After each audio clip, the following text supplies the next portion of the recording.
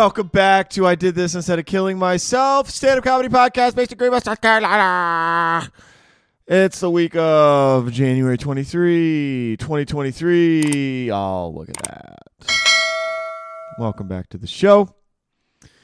Hope you're doing good this Monday morning. I don't know. I'm burned out. I'm fatigued. I don't know if any... You ever get to a place, comics, where you just hate all of your jokes? You hate all of them, and you just want to, like... They're not... I don't know. I should... Just going through it. Had a show last night. Set went okay. Not as good as I wanted it to. Actually, this was something that happened at the show at the Social Club. It was good. It was fine. It was a good show. It was fine.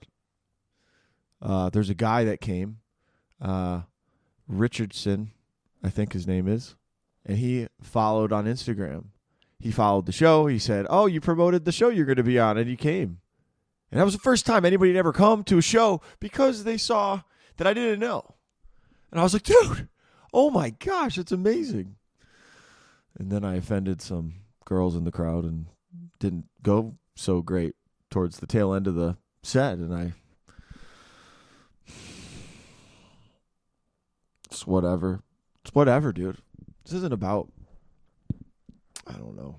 Comedy is just, sometimes you have those, lows and whatever.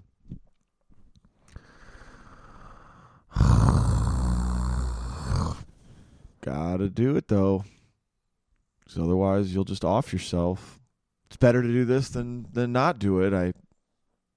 Is it, though? Maybe we should all quit. Maybe everybody should quit. You want to quit? You ever just want to quit everything? When you quit your job, see how long you could live off the money you have, just curl up in a ball, eat takeout, just chill. All right, I'm sorry. This is very negative. It's okay. It's okay. I'm not quitting. I can't.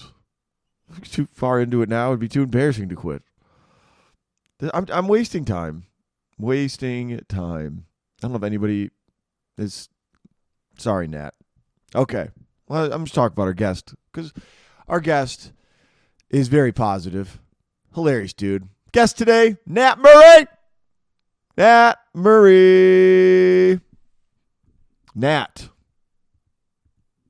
Hilarious dude. I met him 6 or 7 months ago when he started doing comedy. Works as a credit analyst at a bank. Has a mustache. Has a lovely wife named Emily from St. Louis. Because she's from there, Nat developed a debilitating drinking problem with Budweisers. Drinks Buds on the podcast. He's a podcast junkie. He is very into all things comedy. Like I said, he tried comedy for the first time 6-7 months ago. Did it actually once in 2018, way before, and never got back on stage until recently. But Nat's just a hilarious dude. He's very chill on stage, very calm and conversational, and very quick off the draw with his crowd work. And I really like his stuff. And that's just a hilarious, nice guy. On this episode, we talked about anything and everything. We talked about South Park, Team America, talked about his starting comedy, talked about a bunch of stuff. And I will apologize. At about an hour and a half in, the audio on the mics cuts out. And the remainder of the interview is iPhone audio. But it's only 30 minutes. But still, stick for the end. I think the end is actually good. So, yeah, check Nat out on stage. Follow his social media. He's a good dude.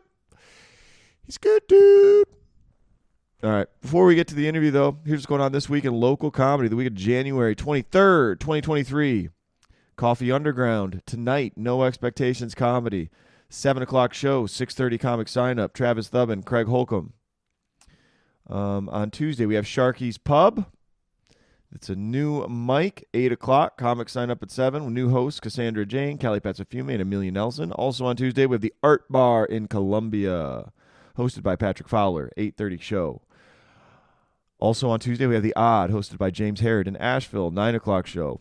Wednesday, Ben Jennings, Comedy at the Lounge, self-deprecating comedy show. This is a free show at 7.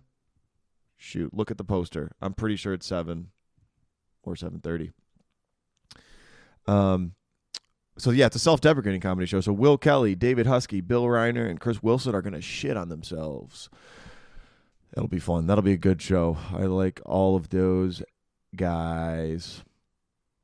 Tom Emmons, Swamp Rabbit Comedy, open mic at the VFW Post 9273 in Piedmont, 7 o'clock. Or I think it's a different time. Look at the poster. 6 something sign up for comics. So it's also on Wednesday. Another Wednesday show, Disclaimer open mic in Asheville, 8 p.m., hosted by Carrie Goff. Thursday, Jokes Out Loud at the Comedy Zone, hosted by Brandon Rainwater, 8 o'clock. Comics sign up every Sunday at 5 o'clock on the Jokes Out Loud Facebook page. 10 o'clock or $10 cover. Friday, we have a show at the Palmetto Distillery, cocktails and comedy at 7 p.m. On this show, we have Brad Deaton, Jalen Orr, Shelly Belly, and myself. You can come watch me do the jokes that I just told you I'm sick of. But people laugh at them. It's fine. I could just have a nervous breakdown on stage. You can just come Friday, see what happens. Yeah, I think there's still tickets available. Good crowd. All right. All jokes aside, at Habiba's on Friday, 9 o'clock show, Dante Anderson. Check that out. And this weekend at the Comedy Zone, we have Taylor Williamson with special guest Aiko Tanaka. I think they're from America's Got Talent. On Friday at the Comedy Zone, there's 2 shows at 7 and 9. On Saturday, there's 2 shows at 6 and 9. Tickets available at greenvillecomedyzone.com. All right. That's it for local comedy. Get after it, man. Don't be a little bitch like me. Be positive. Go do comedy. Go watch comedy. And enjoy this interview with Nat Murray. Thanks so much. Have a great week. You think hecklers should say eat it? I think if a heckler started a chant that consisted of just eat the mic, eat the mic, eat the like you wouldn't. Eat it. How do you respond to that? Come on, well, see, at that point, then you got to have someone doing a Michael Jackson dance. You know what I mean? Mm-hmm. Kind of on that level. Yeah, you got to have Bill or Jalen on the horn. Bill or Jalen. Pull up the We'll have a dance off. We'll make that happen. Yeah. Okay, so we're starting. Yeah, rub what's nuts? Up? Yeah, let's rub nuts, dude. Let's do it. Let's get this going. Before we started recording, Dad said, "Yeah." I was like, "All right, what yeah, are we doing? Rubbing." Well, yeah, I was like, we'll get it going. We'll start rubbing nuts. I don't know, just something to get the troops moving. Yeah. Like a general on the field. Got to get them going. Yeah, and you got your Bud Lights here. I do. I love it. Yeah, listen, I roll by the lifestyle. I have a drinking problem. We'll get to that later. But I married a St. Louisan woman. Shout out my beautiful wife. So I have to rep the Budweiser lifestyle. Emily. Emily, yes. Yeah. She's a beautiful lady. Does she mind if we say her name? Yeah. It's too late now. Shit. Sorry, babe. I love you.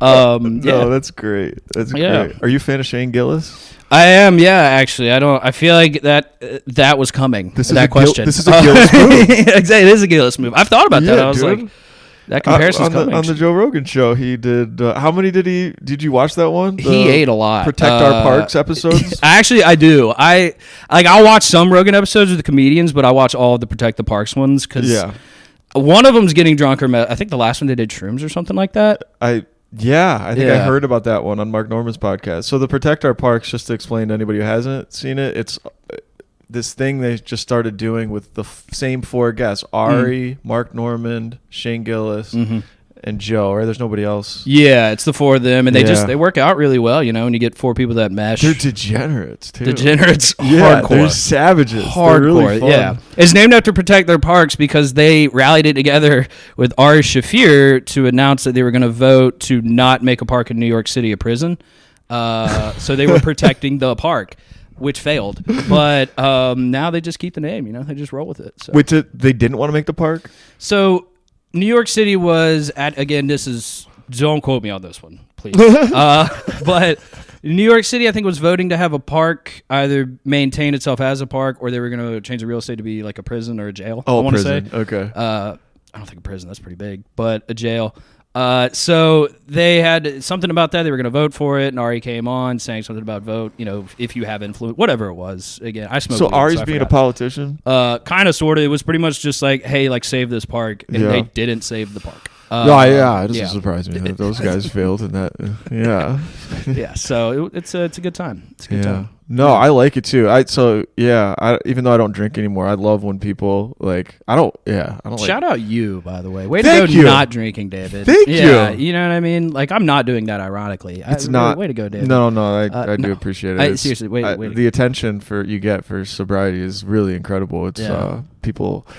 I actually wanted to talk about that. I'm sure other people have as a joke, but it's you can't shit on somebody for being sober. Like you can't haze it. It's like an impossible thing because it's like they're an alcoholic. Yeah. So they have a problem, which I don't know if I technically was one. No, probably clinically. No, but it was it's good to not drink, obviously. But if a lot of people categorize alcoholism as like a disease. So it's like if you have a disease and you're sober from it, it'd be like shitting on somebody recovered from cancer. Like yeah, they did give you that. You were guys. helpless. I don't think it's a disease either, by the way, and I don't think it's that dramatic. Yeah, I think it can screw up your life for you some up. people. It'll definitely ruin you. But it's not that big a deal. No, I mean it's like hard to bully people with that because when you watch like an 80s movie or something, like did you ever watch that Cobra Kai show? I saw the Netflix reboot, like a couple episodes of it. Yeah. So it's not a bad show by any means, but like those 80 movies and 90s movies and shows had the guise of like the bully runs it all.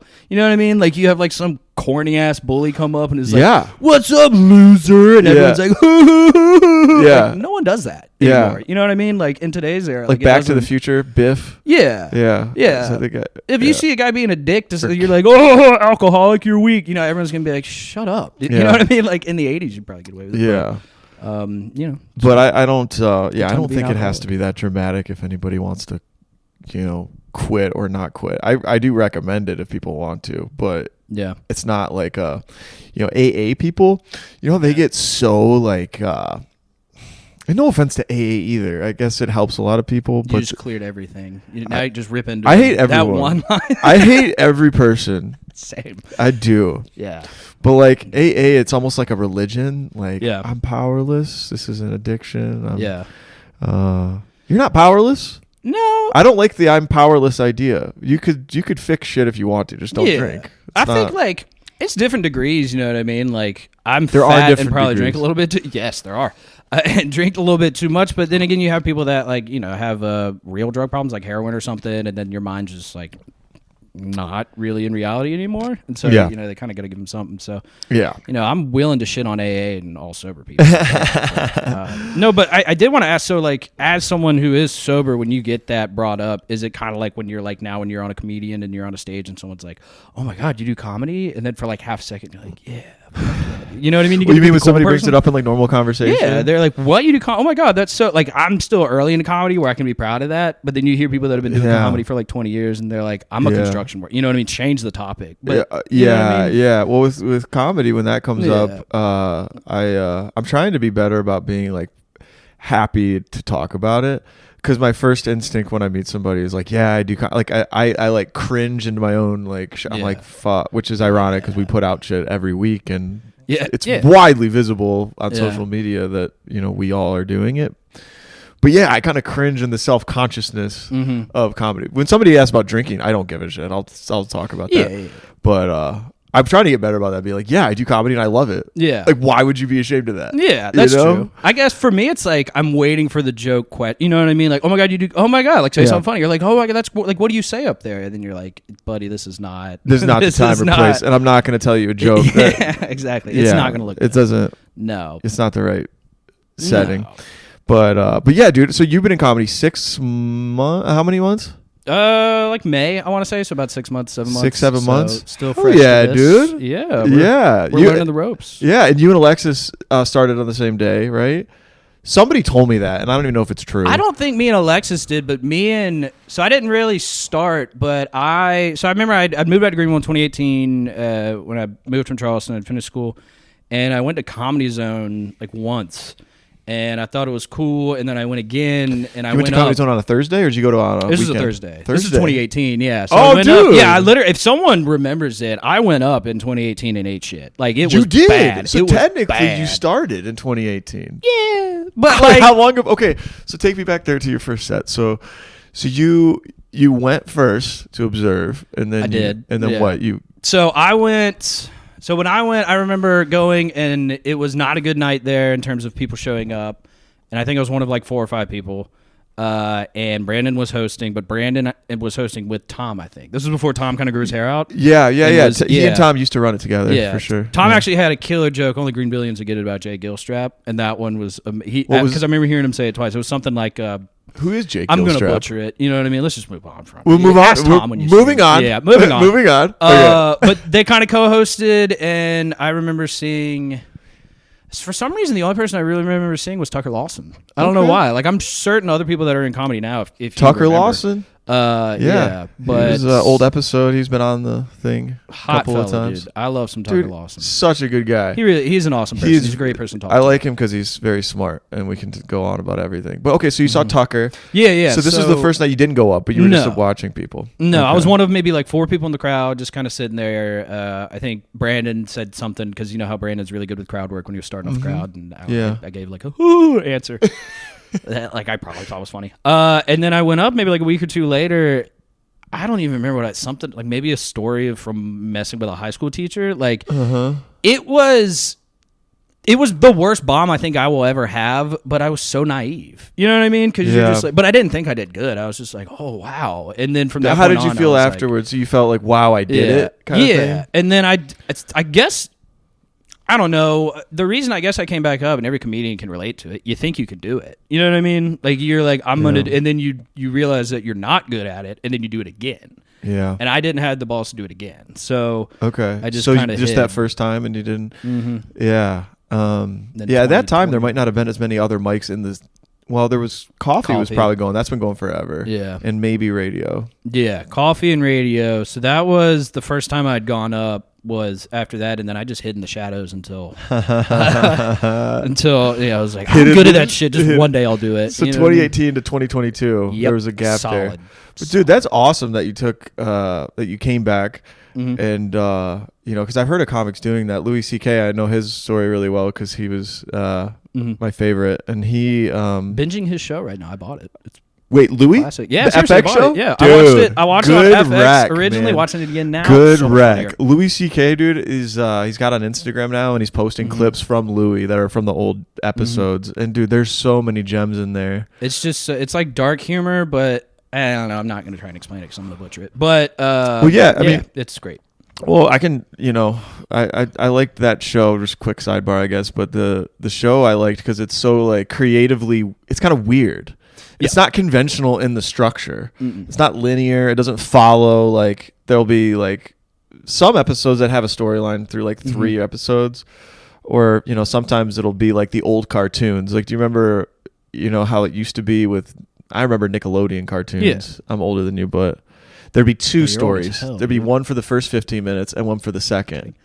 You know what I'm talking about? Yeah. I know what you're talking about. No, I was fucking with you. I'm sorry. I know what you're talking about. But yeah, so that show's good if people want to do that. Yeah, But, definitely check it out. But anyway, Louis took a break. He bombed his first time, and he took like a whole year before he got back and did it again. Jerry Seinfeld, the same thing. I think he took several months at least before he got back on the horse. So, I love Jerry. yeah, dude, Jerry. No, I always kind of had a feeling I'd end up back there. My my whole family's been comedy since I can remember. Fans, obviously, but my mom managed the Punchline here in like the mid 80s. Really? Yeah, it was off of Pelham Road. I actually did Wow. some research recently. I think it shut down in like 88. Okay. Fell down a big rabbit hole. Apparently there was a comedy club boom in the 80s. Here? Anywhere. Anywhere. So there was just club, and Dude, then I guess it hit it here some. So. That's awesome. Yeah. I hope we get another one of those. I know. Fingers crossed. Yeah. So, but yeah, I remember she was just like, yeah, you're not good. You know what I mean? Like, she's encouraging, but she was just like, yeah, you went up once. Like, you're bad. But, like, do it again. You know, and then after... Your mom was encouraging? Yeah. She's like, shout out my mom and moms worldwide. Yeah. But yeah, she's very encouraging about it. And she Dude, was that just, is so cool. So tell me more about your mom managing the comedy club. So were you alive at this point, or were you a baby? So I was born in 95, but she managed it. Obviously, yeah. The exact years I have to kind of figure it out, but it was somewhere between 83 and 86. I have a half sister. We grew up together, but by blood half sister, and she was born in 83, and I believe it was after she was born. But yeah, like Tim Allen came through, and Jeff Foxworthy. I think those are the two biggest names because they, Atlanta, Charlotte, and then I guess back in the 80s. Were they affiliated with the Atlanta Punchline that's still going on today? I think so. Yeah, I think so. Because I've been to that club before. Yeah. Which has an odd vibe to it. It's in Buckhead, and it looks like a diner. Yeah. Like half of it is a diner, and then the other half is like the comedy room. It's just, maybe probably because I'm not capable of doing it, but it just seems so much harder to do it at a food establishment. You know what I mean? It is. It is really hard if it's in the same room as the food being served. The Punchline in Atlanta, it's like the same building, but it is separated. Yeah. But it's just a weird vibe if you looked at it from the street. You wouldn't think that's a comedy club. What? I only know because of the sign. Otherwise, it looks like a 50s diner. Yeah. From the outside. Yeah. But still cool. I mean, it's still a great room. Yeah. But that's interesting. So did she have any stories of like people she had met back in the 80s? It's okay if not. But. Well, the only stories I've kind of heard are from my dad peripherally, and they're loose critiques about some comics they came. Like here, I'll just say, like it was reiterated as a joke in my family that Tim Allen doing a coke was not a joke or a lie. Like Tim Allen was. I only say this because he did get arrested, I think, for possession at some point. It's on the pub. So yeah, it's on the record. It's on the record. We're not shitting on him. But like that was one thing because my dad would. I think they met in the early 80s, and my mom would joke that she thinks he dated her because he would get free tickets to the comedy shows. But yeah, he was just like, yeah, like Tim Allen. You know what I mean? Like he was wild. I don't want to sit and speak for my father, but what I will say was it pretty much implied that like Tim Allen getting arrested for coke was not a surprise to anyone ever. So now I was just like, like you would know that. You know so what I mean? He must have had this like in the 80s when he was coming through the Punchline here. Yeah. He must have been. I should say this. It was the 80s. I think everyone and their house cat did cocaine. Everybody was doing like, cocaine cocaine's in the 80s. Cool shit. Yeah. Yeah. Yeah. So, but you know what I mean? It was stuff like that, and then like kind of. I don't know. My mom's not one to tell stories about people she meets. My dad is. So I think the person that would know more is kind of keeping it locked in, which I kind of respect. Yeah, that's more. Like, that absolutely is more from respectable. a manager standpoint. More of a. Yeah, she's professional. Yeah. Which that's the good sign you want. Yeah. You know, you watch managers at Comedy Zone here, like they are very professional with the celebrities. Even like if every bone in their body wants to fangirl out. Mm-hmm. Yeah. Like, I'm just picturing like Ken Wood just like like if someone comes to Comedy Zone, but like he doesn't do that. Yeah. Yeah, Ken is super professional. Yeah. Dude, Ken cracks my shit up too. He is just like I love Ken I feel so like he's much. stressed out because he manages the bar and like, you know, has, like, handles 7 the kids. details with the comics, And, has like, kids at home, and he always has this smile on his face. He's so happy. But I can tell beneath the surface he's like like he's about, but he always like has this very like positive polite kind of hospitable vibe, I guess. Yeah. Like you'd want somebody in hospitality or whatever. Shout out Ken Wood. Shout out Ken Wood. Yeah. Yeah, dude. So that's awesome. But so it was just like comedy was something in my family we all kind of got. Like my brother, I swear, if he tried to do comedy, would be funnier than me. Yeah, but I don't think he would. Like it's just we're like I'm not saying we're like the Wayans brothers, but like we're a funny family. So yeah. But how old's your brother? Yeah, he's 2 years older than me. We were really close. We grew up together, so she's my sister, but my blood half sister, who's 12 years older. So me and my brother were closer a lot with. Obviously growing up, but I had two siblings. Okay. So. How does your brother feel about you doing comedy? Because they all know by now, right? It's weird. It like, I'm sure he has his own opinions about it because he's more reserved, but it kind of feels like it's like like it makes sense. You know what I mean? Yeah. Like when you kind of look, like knowing our family and who we are and what our interests are, it's kind of like Yeah, that makes sense. You know what I mean? Yeah, for sure. So- He's like, yeah, cool, and he's like probably cool with it and supportive. He came to one of my shows. Those are kind of the main people I'm nervous about seeing. You know, I feel like 100%. that's if I'm very scared about my mom coming to one of my shows. Yeah, And yeah, aside from material, you know what I mean? Like, yeah. But no, my brother came to one and he you know, he laughed. He liked He it. did laugh. He laughed. That's the most important thing. It was really Yeah, good. You know what I mean? So- Well, you're damn funny, so that makes sense. Thanks, you too, David. Yeah, thanks, dude. No. No, I mean that. It's good though. Um, The family thing is just interesting. Yeah. It's so cool. You had the built-in understanding of what it is, though, Yeah. because your mom, working at that comedy club. That is Yeah. really rare. It honestly really was. I don't even remember the first time. I think I heard about it when I was like 5 or 6, and then it came back up when I was a teenager, and I was like, "You managed a comedy club?" And she was like, "Yeah." And then like 2 years later, I was like, "Nah, it kind of makes sense why you won't tell me why you managed a comedy." You know what I mean? Because my dad's like, "Oh, doing a lot of cocaine," and I'm 17, and I'm like, "Ah!" You know what I mean? Like, I don't need to hear that. It's my mom. So Yeah. but Well, apart from the partying aspect, I mean, there's probably a lot of interesting stuff. Have you talked to her a lot about just the dynamics of working at a comedy club? Not have just a the little celebrity bit. comics, but yeah, I have a little bit. There's another family friend of ours. Actually, really funny how it worked out. His name is Ken Gillespie. Shout out Ken Gillespie. I'm trying to get him to come to shows. He was a comic during that era. He was actually the host for a long time at the Punchline, which Wow. was off of Pelham Road. So my mom would manage. This is and who would Ken host. Gillespie?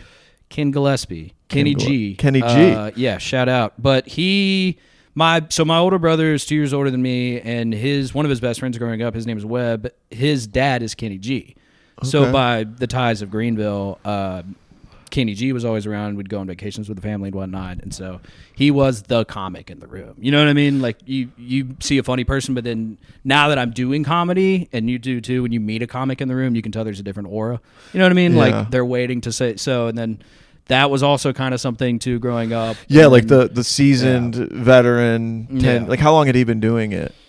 I think you'd have to get him to tell it, but he, during that time, I think my mom managed that, I think, for 4 to 5 years, I want to say. I'm trying to remember the Okay. exact year she started managing it. I'd imagine after 83, but he was the host for the second half of her time working there, I think she said. So it was Okay. towards probably like 2 or 3 years, I want to say. And if but he was a host, he'd probably been doing comedy for years before that to get that Yeah. tenure and Yeah. experience. I'm trying to get him to come out here to do shows other than just watch it. But Has he? So he stopped doing stand up entirely? I don't know his story. I'd have to ask him because, now that I'm doing it, when I see them again, it's kind of like, Yeah. oh, you get it. You know what I mean? Yeah. Like I'm not going to say you're in the fraternity or sorority, whatever you want to call it, but it's like, you know what I mean? Like now I'll tell you the story. Like now we can talk about my first 5 minutes. Or like, Yeah. I talked to him about it because we had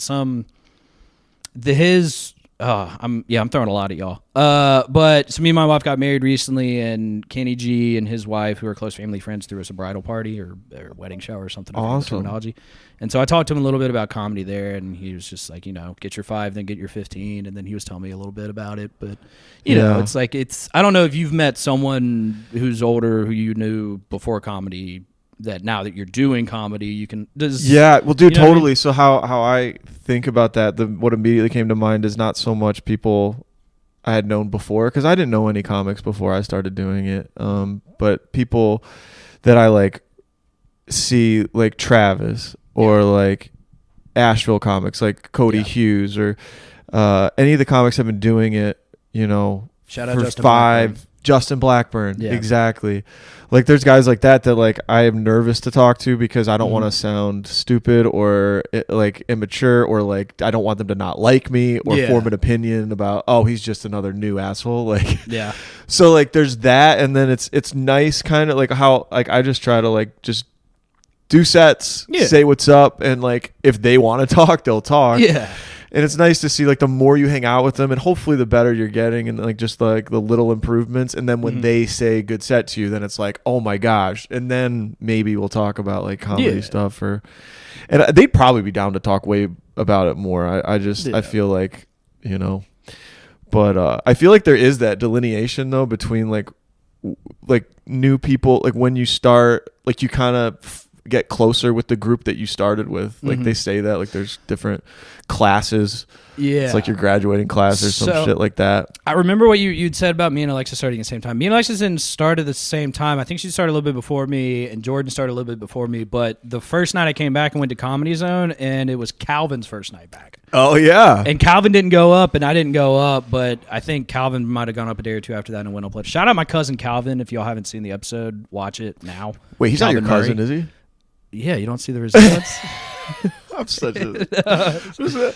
No. I mean, you had Kenny G as a Yeah. friend. Kenny G is a friend. Kenny G's white, Calvin's black. So it's...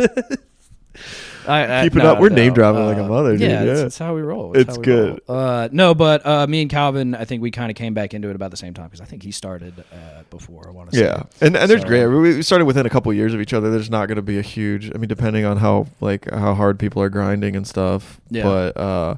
But yeah, I feel like there definitely is that like pecking order. Like Yeah. there's like the people have been doing it so long. You're like like. Yeah, you know. You just it's like the subconscious part where you're like, you know, like 1, 2, 3, and 4, like a different tier of it, and you're like, okay, you know, like he's been here 10, 15 years. He's been here 3 or 4, 5 or 6. You know what I mean? Like you can kind of gauge it a little bit differently and whatnot. But I do enjoy like when you can have conversations with those comics that are willing to talk to you about stuff. Yeah, absolutely. Because if they're willing to talk to you, usually means they see like something there. They're not they wouldn't waste their time with somebody who's not taking it seriously at least. So. Yeah.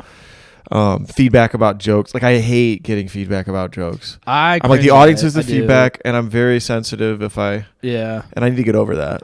Yeah. I'm in the same boat. Yeah. You're right. I don't know. Because I take it negatively. Exactly. Yeah. It's hard not to, but at the same time, they're not giving it to you negatively. You know what I mean? Mm-hmm. Like so. I see what you're saying. Yeah. It's cool when you can start to like they have joke writing stuff. I mean, I think they have one tonight actually. I don't know if we'll have time to make it, but. Let's see. But yeah, when the senior comics actually give feedback on joke writing, I've done one in Asheville, with Cody and James Harrod, and you actually had to perform a bit in front of them for people, and it was so awkward. I was like, dude, that's hard. Yeah, that's hard. I got laughs because I kind of like shit on, like I was like, I like faked like I was doing it, but it was super helpful. Yeah, super helpful. Yeah. Like they all took it seriously. They weren't like putting you up there just to like make fun of you, like which is how I felt. But I think joke writing is still probably 99% you, but like when comics can help, I think it's great. I think it's huge. I think a big hump as an early comic, I think I was talking to Chris Wilson about this actually, that when you think of something funny and you make it work on stage or something and you think of it new or you know that it's funny, it's hard to maintain that like energy and spirit behind it when you've said it 30 times in your head. You know what I mean? Absolutely. But like that, I feel like that's a big first hump, and I feel like criticism, not necessarily criticism, but you know what I mean? If you have someone who's come in who's kind of like, hey, maybe you could do this, if you don't, I don't know. It kind of takes a minute to take it in, but once you do take it in, I feel like that is the next step. You know what I mean? Because like if you can say a joke and not inside laugh at it, but other people can laugh at it, that's a huge step. You think so? Yeah, because I mean, I don't know. It's so you're saying like that's the joke itself is very solid because because you're faking your enthusiasm to even say the words. Exactly. Yeah. But structurally, it still gets the laugh. Yes, that's when you know, because like like you can go up and do really good, but you're gonna bomb eventually. You know what I mean? Mm-hmm. And like kind of how you handle that bomb is really a big part of that. And I don't know, I'm trailing off, but no, I think once you you're trailing off. Did I hear a niner in there? Oh hell yeah, baby. No, but like once you bomb. And then you come back and realize, you know, you're not going to have that same happiness behind that joke because you're going to remember the bomb. You know what I mean? Mm-hmm. So, like, after a while, you kind of just have to learn, like, this is the 8 millionth time I've said this joke, but I have enough presentation and kind of just throw it out there. And they're like, oh, that's funny. So, you know, I think I have to trick myself sometimes to, sometimes I try to get in my own head and think about why this is annoying to me or why or how I was feeling, and I like try to like really, which is I don't know if that's a good way to, but just be present with the thought like as I'm doing it. I get really philosophical and about that kind of because it's hard not to be like superstitious about bombing.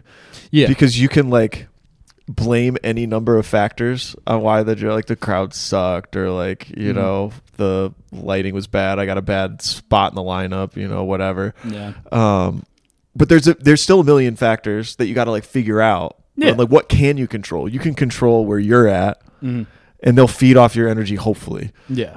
As long as it's not too far of a jump from where their energy is. Yeah. Because if they're dead, you can't just be like, hey, whatever. Yeah, Like, shut up, exactly. jackass. Like, what are you doing? It's like because once you could say a terrible joke in the middle of a good set, but like, you know, joke writing and structure is a big part of like getting it back. You know what I mean? Because once you lose that behind it all, you're kind of like sweating and panicking, and then you just have to remember the structure of it. And, And then they'll panic. Yeah, and then you don't panic. And then you're like, oh, okay, there's a giggle. You know Yeah, what I mean? if you But can bomb and be okay with it, or like have a joke bomb and not be phased at all, it's great. Because then you It's can a just be good like, moment. then the audience doesn't panic. No. Because then they're just like, okay, Yeah. he doesn't seem too worried. He's got another one coming, hopefully. Yeah, and it's then coming along. and then they'll laugh more easily. If you like shit your pants, then it goes downhill really bad. then there's no coming back from that. If you poop No. your pants. Yeah. No. I know the feeling. It happens. Yeah, But, yeah, dude. Bombing, bro. bombing's not fun. Crazy. What was your first set about when you came back in May? I think it was damn, I don't remember. It was 5 minutes, and I think the only joke that got a giggle was it was the one about the dog attacking Franklin, my dog. Oh, yeah. Yeah. Yeah, And that one yeah. got some laughs out of it. And then it's kind of, so I have 2 pups at home. They're cute as shit. I'll find a way to show a photo or whatever. I'll make David do it. It's Send me fine. a photo. Yeah, but they're cute as hell. They're Franklin and Iggy, and Franklin's the bigger one. And we'd gone to a dog park where you can go like get beer, and it's small enough where you can see all the dogs and whatnot. It's like mulch where they can run around and pee and poop and whatnot. And we'd gone in. We were there for maybe like a minute. And I don't really think the dog like harmed him too much, but it was like 100-pound lab, and Franklin's 20 pounds, and so it just kind of like threw its weight on him and like nipped him, and Franklin just started sprinting circles around the whole park, like yelping, like enough to where everything stopped. You know what I mean? Where everyone's like, "What the hell is that?" And then we grabbed him, and he made sure he was okay. So, was it like he could be like something wrong with him? Like, Yeah, his like- leg was fucked. yeah, like up or something? the immediate thought is like, like that's bad, like that something's bad. Like he's like, going you know in what a I mean? circle because one of his Yeah. legs is like Yeah, jacked. like it's not a non-contact injury. It's like not a torn ACL or anything, but it's like a full blown like he's hitting the gut. No, but so immediately I wigged out. But the joke was that had I not wigged out and instead harmed the dog by kicking it, it would have saved the day. And then enough comics came forward and were just like, maybe you don't Well, make you a kicked joke the about lab? kicking. No, I didn't.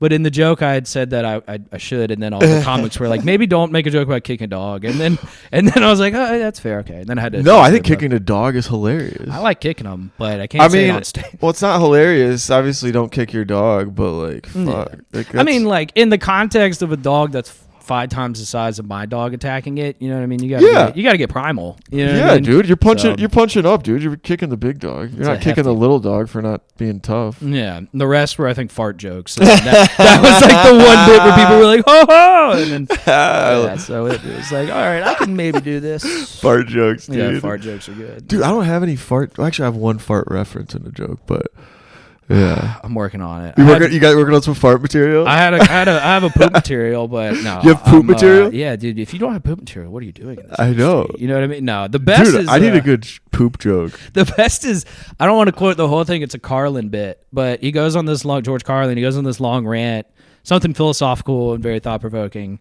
And then he did a pause after it and then just goes, "You ever fart so hard your back pops?" It was just like the timing of it. Like after you had to think really, it was just, you can't. Yeah, dude. That's why he's a legend. You know what I mean? It's those kind Yeah. of jokes where you're just like, all right, yeah. So those are the fart jokes we aspire to right there. Yeah, Set the bar. dude. There's one of Louis. Yeah. Do you ever think you have to fart and then you accidentally shit on your father's face? And then everybody else on the bus is like, "What the fuck?" Oh, Louis. Hey, Why that's did not appropriate. Why did you like being weird in front of people, man? You were so good. You are so good. No, I still bought your show. So I still buy everything from Louis. yeah, he's I don't even think he good at what did he it, did. you You know? know what I mean? I don't know. I might change the topic on this one. I'm just kidding. Yeah. How does Emily feel about Louis C.K.? Honestly, I don't think it's just kind of like she's pretty like meh about it. I think I'm very lucky to have married her because I think I've married a perfect woman to deal with a comic who's just she's like awesome. just like good, just not like just stand over there. Like I'm affiliated with you know what I mean. Like if I'll say a joke and it's bad, it's just kind of like no. Okay. No, dude. Honestly, like I think about the like she doesn't like hide or anything. Yeah. Thankfully. Like so, most comics are single. A lot of them. Yeah. So like when I see a comic in a healthy marriage, I'm like, dude, I want to study the dynamic. It's very because it's great. She seems to be down with everything, and she really does. She is the perfect woman. Deal with it, ladies. I found her. Yeah. No, I said that on stage once, and I think a girl got really mad at me. Actually, I was like, I already found the best woman, better than all of you, and I married her. And she was like, no, she's not. Sorry about that. No, but we had met.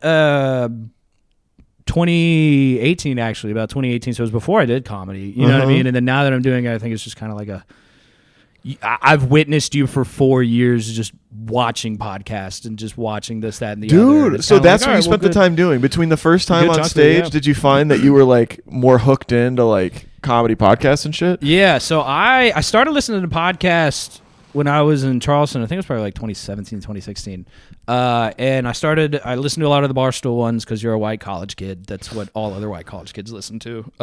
Which ones? Part of my take? Yeah, part of my take, KFC Radio, some of that Barstool stuff. Because it's like a content house of things, so you can kind of get caught up in their own kind of lifestyle and stuff. I agree completely. To each their own. I love what Barstool has done. Yeah. Like they've really they've like effed with what ESPN was doing. I do actually. ESPN's content just got stale and corporate, and Barstool was like, we're gonna. Barstool's like, we'll talk about sports and say the F word. Yeah, and as a college kid, you're like, oh, what? Yeah, dude, and like I feel like they targeted college campuses because I feel like the Barstool Saturdays are for the boys. That was like their first like frat boy thing that they did, and it was like college game day. Yeah, and to me that was like such a smart. I don't know if they tried to do this. Like I'm just thinking about this now, but it seems like they like went after that young demographic, and then like they did. By the time those kids grow, they're just gonna stick with Barstool, and then when you've talked or like listened to their podcasts, you go back to like fucking ESPN. It's terrible. It is almost unwatchable. It's kind of funny. My father-in-law is a huge Mike Greenberg fan from like Greeny and Golick. Yeah, Greeny and Golick. And it was actually really funny. So my wife likes sports but isn't like an obsessive, but I found out a couple years ago that their morning show in the childhood was Mike and Mike. Yeah. Like that was in the you know what I mean? Like my mom would like Today's Show, and then but for them it was Mike and Mike. You know what I mean? Yeah. So he loves Greeny, and he loves Greeny's podcast. They're okay. I feel like Barstool's do you like them? I mean, I guess at this point I think ESPN's best to understand their demographic is kind of like not old, but like Gen X and a little bit above, and then Barstool. It's kind of hard to compare because Barstool's like an internet conglomerate that's really a blog house that's also a podcast house now, and they develop their own content on the internet versus ESPN, which is, I guess, TV technically. You know what I mean? Yeah. Like their root is to me, TV. they're a little more handcuffed to the the appropriate TV, kind of whatever they call that. FCC. FCC. Yeah. And they just are too afraid to take big risks creatively because they kind of can't afford to, I guess, or they think they can't. Well, that and they say they're a Disney company. And Disney, yeah. You know what I mean? So you can't say where. And what I mean by say a Disney company is like if you watch SportsCenter, they'll be like, and here at Disney company, ESPN. Well, that was a horrible misquote, but they'll just kind of bring in things like they like here at a Disney company or something like that. So when you have that mentality, you can't drop F-bombs and talk about sports. You can't. You know what I mean? Right. You got your corporate talk track. You can't say anything off color. You're more of a Tiger Woods kind of company than a John Daly company. Good metaphor. Yeah. Shout out golf. The funny, I want to get back to your podcast thing before comedy real quick, but the funny thing to me about the ESPN thing is ESPN, they used to be the cool kids. They were. Are you old enough to remember SportsCenter when it started? I don't necessarily remember it in person, but my old man was big on ESPN classic stuff and watching it in the house when I was younger. So I kind of like Stuart Scott. You know what I mean? Like I understood the gravity of him. So he came in and did ESPN2, which was like the cool station in the early '90s, the Deuce. Yeah, ESPN2. So he was big there, but But yeah, I remember. I'm pretty sure they were like the witty. first. They're very witty. Witty, funny. Yeah. Like they'd make jokes about, the home run hitters and just like the play-by-play. And they'd, I don't know if there was any other like dedicated sports channel at the time. They had that and like NBC and those, I think. What do you call them? Cable news networks like NBC, Fox, and all those, because they would get it through NBA and NFL. Mm-hmm. And then I think ESPN just bought college football in the 90s and was like, suck it. You know what I mean? So, and they still crush. They still make tons of money, but they get big. It's like this probably cycle where companies get big and then they aren't as like cool as they used to be. But it's hard to be. You're an adult now. But anyway. So I was Barstool, and then the first podcast I listened to, and I still listen to it, that wasn't Barstool, was Your Mom's House. Okay. Your Mom's House. Great podcast. Definitely Dude, recommend it. I need to... So... You got to dive in. I do, because it's been recommended, and I've watched a little more Tom Segura. I'm starting to warm up on him. Yeah. Because I just haven't really dug in on him either. I watched his stand-ups before I got into the podcast. I should say that. His Netflix stand-ups. So I knew who he was. Well, I got traumatized because there was that Your Mom's House special that we all watched at Alexis's house. You dove in too deep. Were you there that time? No, I know. So their podcast, when it first started, it was predominantly more like... essentially more like fart joke kind of based, and then like childish, and then now it's progressed into still that kind of humor, but a little bit more like... what's a gross thing I can put on the TV to make you cringe? Yeah. So it's really hard to... grossest shit I've ever seen. Like, it's really... especially in those live shows are marketed that since you buy them, they can play whatever they want versus being on YouTube where you can't show, like, dead bodies or naked people. You know what I mean? Yeah. So if you watch a live show, like... If dead you're not body, into that, dead bodies, ready. naked people. It's hot, though. It's fun. Yeah. It's a good time. Shout out Your Mom's House. Your Mom's House. But that was what you were diving into content-wise. It was Your Mom's House, and I was big on them for a long time. And then I don't know. I feel like in comedy, I don't know. I don't want to be the one to say this because I'm not really that deep into it, but I feel like a lot of comics understand there's like a divide between, not divide, but like LA and New York are separate. You know what I mean? So like I like bled into a lot of LA podcasts through that, like Whiskey Ginger is one I listened to Bad Friends. Bertcast I'd listen to a little bit. Bert Kreischer. Yeah, Bert Kreischer's a pretty good one. Pretty like, much just comic podcast. Yeah. That's fine. No, but I was always Your Mom's House kind of guy. And then a few years ago, I got big on the New York ones, like Legion of Skanks. Matt and Shane's Secret Podcast is a good one. Dude, Matt and Shane's Secret Podcast is one of the best out there. What is their motto? Suck our dicks to all our enemies. Shout out. That's a good one. Yeah. But no, it's just, it was big. And then with COVID, it was, you sit on your ass all day. So you might as well put on a podcast or something while playing video games. Yeah. So deep down, as you're listening to all this shit, you're probably like, I got to get back on stage. Well, I mean, yeah, at a certain point, you're kind of like, well, I really love comics, and I like comedy, and I like watching stand-ups, and I'm getting motivated by my mom who managed a comedy club, and I feel like I could try it again, and then I tried it again, and then I don't even remember what it was. I think it was like my second or third time coming back. It's kind of like if you go to the gym and you're like, I'm not the fattest person here. I'm not going to work out swell the first time. I just have to know I'm going to have to come here like 5 to 10 times before I can kind of get my feet underneath it. I just convinced myself of that. Yeah. You know what I mean? Because that's just how you learn something. You just got to do it over and over. And dude, weightlifting's a great metaphor. Yeah. I think. Go me. Yeah. Dude, you're killing it with the metaphors. I'm pretty good at this You're stuff. good at the metaphors, Go dude. me. I feel it's like it's the same though, because it's, dude, you said you played some sports. You played baseball a little bit growing up. I was a fat, dopey kid, but I played sports. No, dude. You got a good bod for baseball. You ever see Babe Ruth? You're way better. You're way healthier than Babe Ruth. He was the best baseball player ever. I'm stealing that compliment. You got a good body for baseball. It's like I can pick 5 modern day body fat period. baseball Nah, come on. Yeah, we're working pretty good. A lot of water weight. Yeah. No, but yeah, I mean, but I guess I played some sports as a kid. I have some coordination.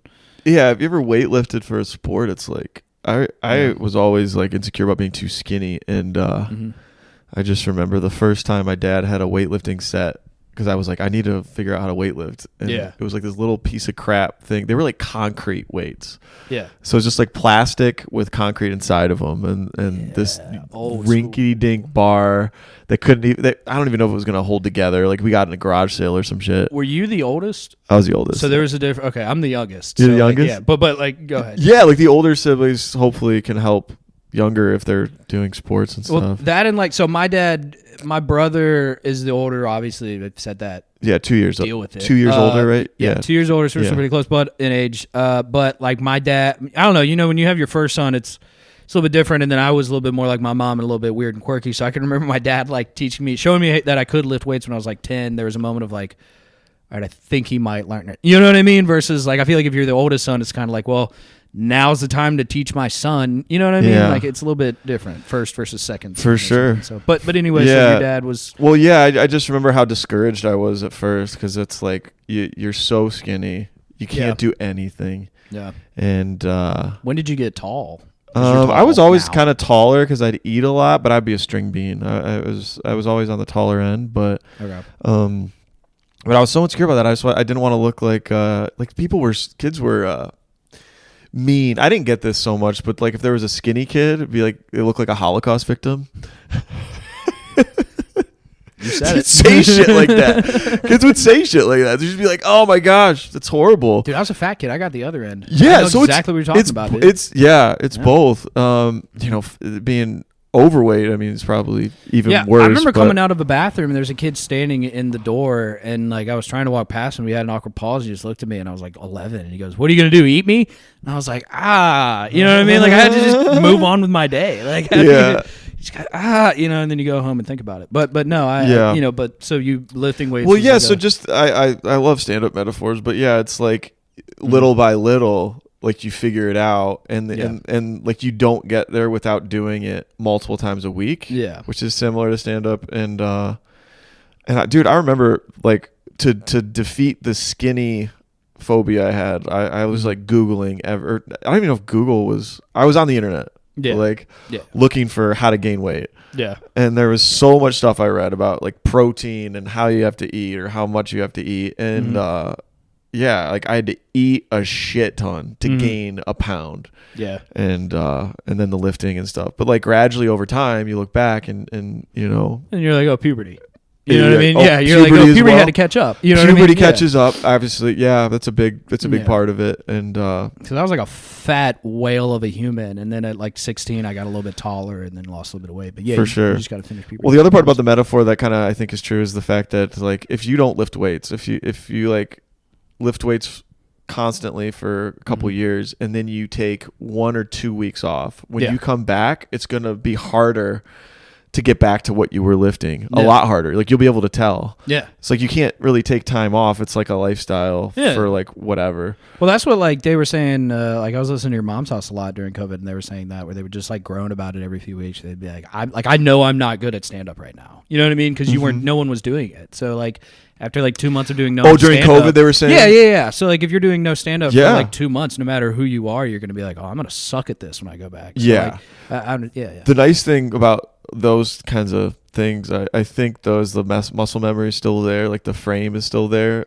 Like if you once were able to lift a shit ton of weight, you could get back to it if you really wanted to. Once I don't know, I like to think so because I can't lift shit now. But I can't. No, I remember I tried to lift weights a few years ago, and my doctor's like, I think you got a pinched nerve in your shoulder, and I couldn't remember any time in the past 4 years where I would have pinched my shoulder. Yeah, and I was like, there's like speaking of Louis, there's a little Louis bit in his show where he starts lifting weights and he just crumples to the floor, and he goes to the doctor, and the doctor's like, you can't work out, like your body's not, it's too late. And it's like, so when I'd lift weights, I remember I had like a pinched shoulder in my nerve from something, and it like hurt whenever I'd do days later, and I was like, I can't do it, and then I had to pay for physical therapy. But it's a moment where you're like, I'm not working out ever again, like this is it. Like, how do I cancel a Y membership? Yeah, dude. But no, we're humans, you got to work out. Do you work out at all anymore? No. Yes, dude. Hell yeah. I know that's not like I guess workout. I guess it kind of depends. I need to do some sort of more physical activity. I messed up my ankle. I think Alexis roasted me for this when I was at Coffee underground. I messed up my ankle when I was younger as a kid, and I never rehabbed it right, which apparently is like hell on earth. Like that's the worst thing you can do to part. Like if you mess up like something in your lower body and you don't rehab it. So I think when I was 12 or 13, I snapped my ankle. So that being said, over the years of not taking care of it, I like messed up my ankle a while back, and I got that taken care of. And then I had a physical therapist tell me I like had no arch in my left foot.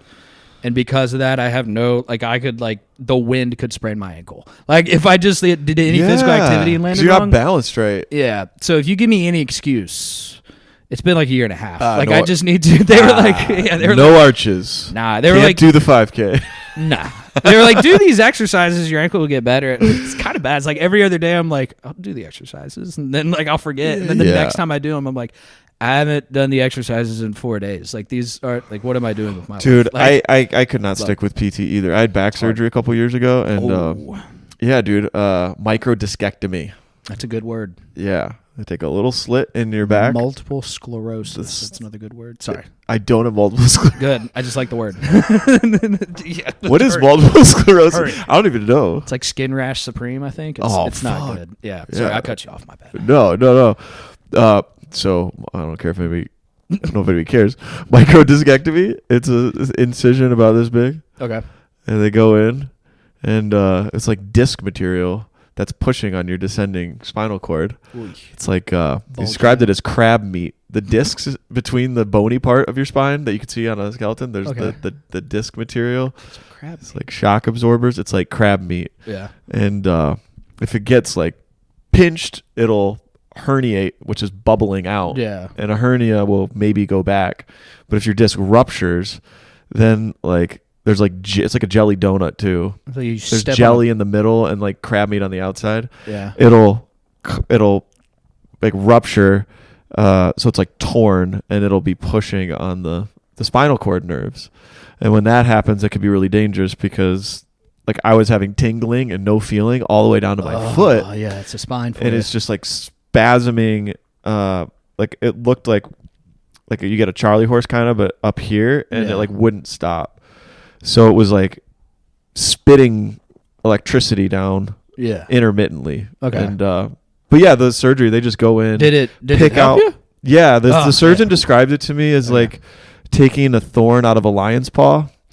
So yeah, dude, I get to, it's nice because you get to be the lion. Are you happy you said that to me? I'm a fucking lion. I'm very happy. I'm a lion. That's nice. I think he says that to patients to make him feel cool, which is fine. But that's smart thinking. But basically once that's out, then it's like, oh, the pain's gone.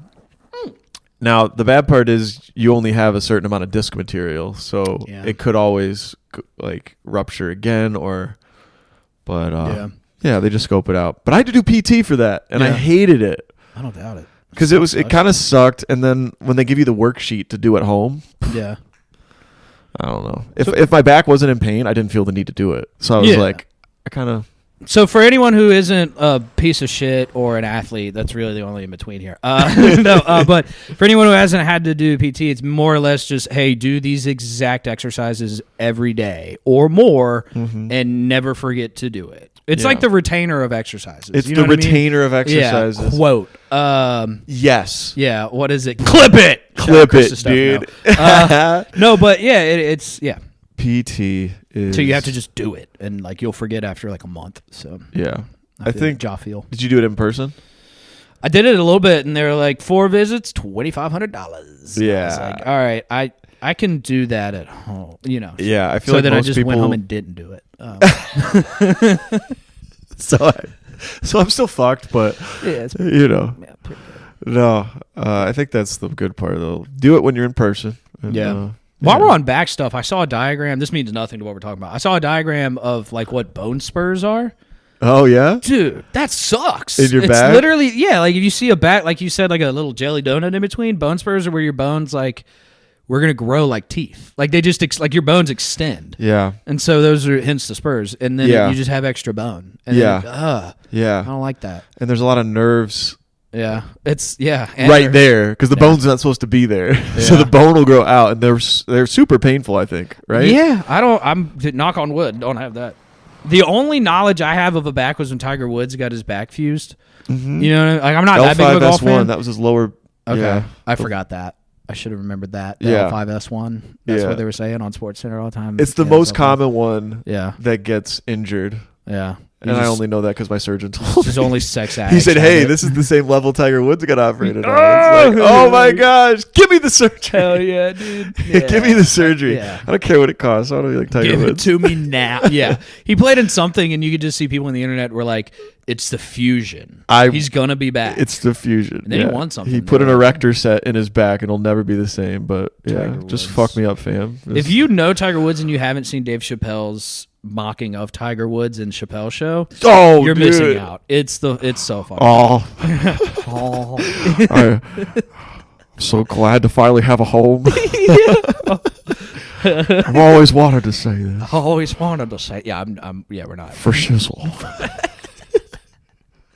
For For shizzle, dude. When I rewatched that, I've rewatched Chappelle Show recently. Yeah. When I watched that, I was like, dude, for shizzle was such a friggin' 90s, Snoop. 2000s reference. Yeah. Was Yeah. that Snoop Dogg? Did he do that? Did he do For for shizzle, shizzle? my nizzle. Probably. I think that Probably. was Snoop Dogg. God, to be Snoop Dogg. Don't cancel. Like if you know there's something on Snoop Dogg, and Don't you can cancel cancel Snoop him, Dogg. just wait till he's gone. Just let him go. Let him be the one guy that's been relevant for too long, but awesome, and not have something bad happen to him. Because Yeah. I love Snoop. You can't not love Snoop Dogg. I like Snoop Dogg Yeah. for sure, dude. He took over the world when Martha Stewart co-signed him. You know what I Yeah. mean? Like that. He is the man. But Yeah. you never know. Yeah, I wonder, is he still doing anything? Probably. I think don't he know. tried to buy a bunch of shit in the metaverse. Like, I Yeah. think he tried to make his own world in the metaverse, and that whole thing is fucking a scam now. Yeah. You can just watch any YouTube ad and they'll tell you all about it. About the Learn how I made $500 million by doing nothing. I bought with- property in the metaverse. You're like, I'm not gonna. You know what I mean? Like, they get into like a minute and a half in the advertisement. I know what you mean now. Unfortunately, I'm embarrassed to say that Go like ahead. I used to be very Go ahead. like Oh, I thought you- fascinated. Oh, okay. I thought you bought some. I did. Well, I bought nothing in the metaverse, but I bought I have Bitcoin. Yeah, Dude, my Bitcoin is locked up right now. Bitcoin. Okay, hold on. Wait, why? Yeah, because I bought it on I bought it Oh. on an exchange. I bought it on BlockFi, and like I got an email and it said like BlockFi is filing Chapter 11. We're trying to get the clients back their the principal that they invested, and at least that. I mean, the Bitcoin's worth more than what I bought it for, Yeah. but that doesn't even. I don't even know if that matters anymore. You can't really pull it out. Thankfully, I didn't put that much in, but I feel more embarrassed that I was so hyped on it and Yeah. thinking that like, oh, dude, this could be like the next thing. Although, it had all the hype in the world. Yeah. I mean, it was there. You know I mean, what I guess Bitcoin in theory, it is the most decentralized one. It could still be a thing eventually, but like, I think Ethereum is the most practical, or the one that I see that. seems that's the what I've most heard. But practical. I've also seen an exchange dump Ethereum recently, and based on the fact that it's not decentralized totally, it does have practical applications. But the fact that there's like a small group of people controlling it like a normal company, Yeah. that's why I forget which exchange dumped it recently, but Old Sammy, what's his face, is not in good situation. I forget his last, or it's it's something. Maybe it's Sam Bankman-Fried. Yeah, that's it. Yeah, Bankman-Fried. Yeah, he got arrested in the yeah. Bahamas. Not good. That's not a good look. Not a good. This feels look. like Enron, dude. This feels like just another pyramid scheme. Like, did you run to the Bahamas? That was my first question. Like, did you think that was gonna work? Like, or was he just in the Bahamas? Like, I don't know. Well, he was due to testify in front of Congress the next morning, so I don't think he was planning on catching up. He was flexing, You know, trying to run.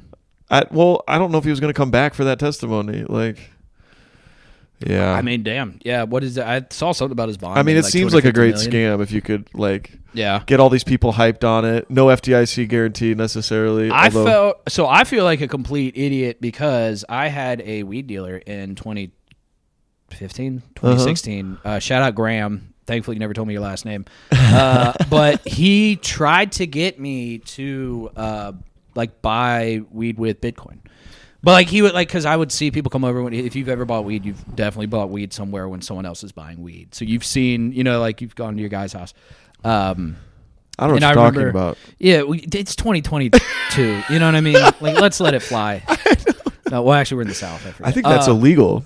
I think it's not legal. He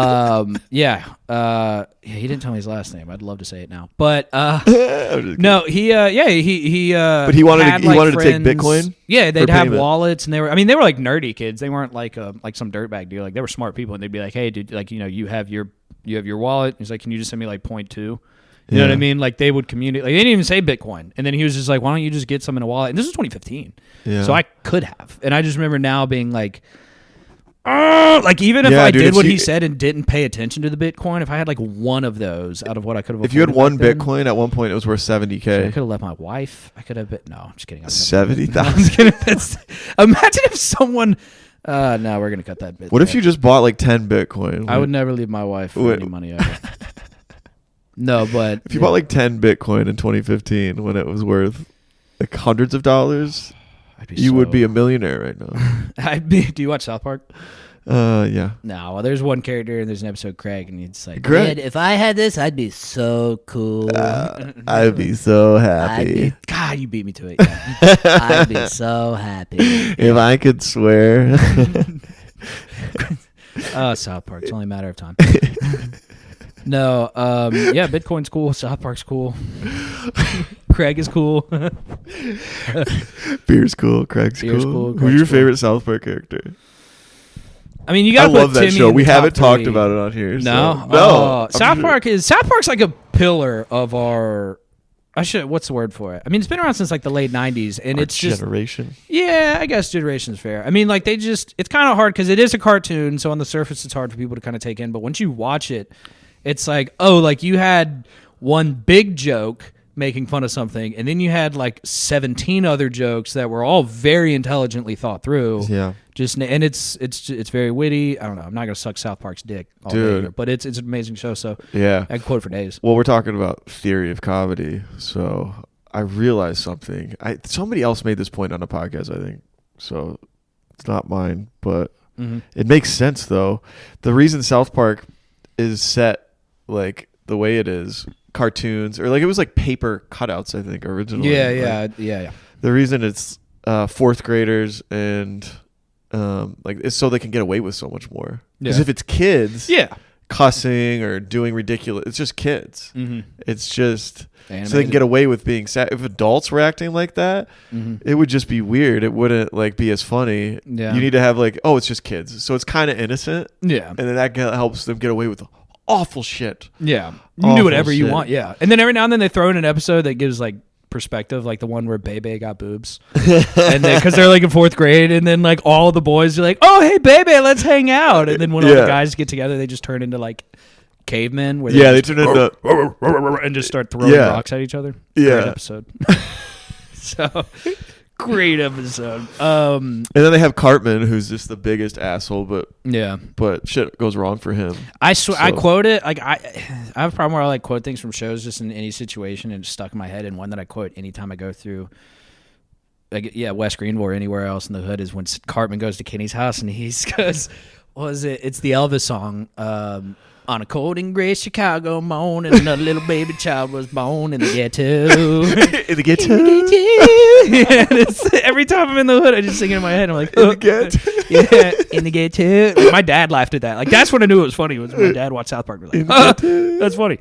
Yeah. But dude, I love how he shits on Kenny for being poor. It's so good.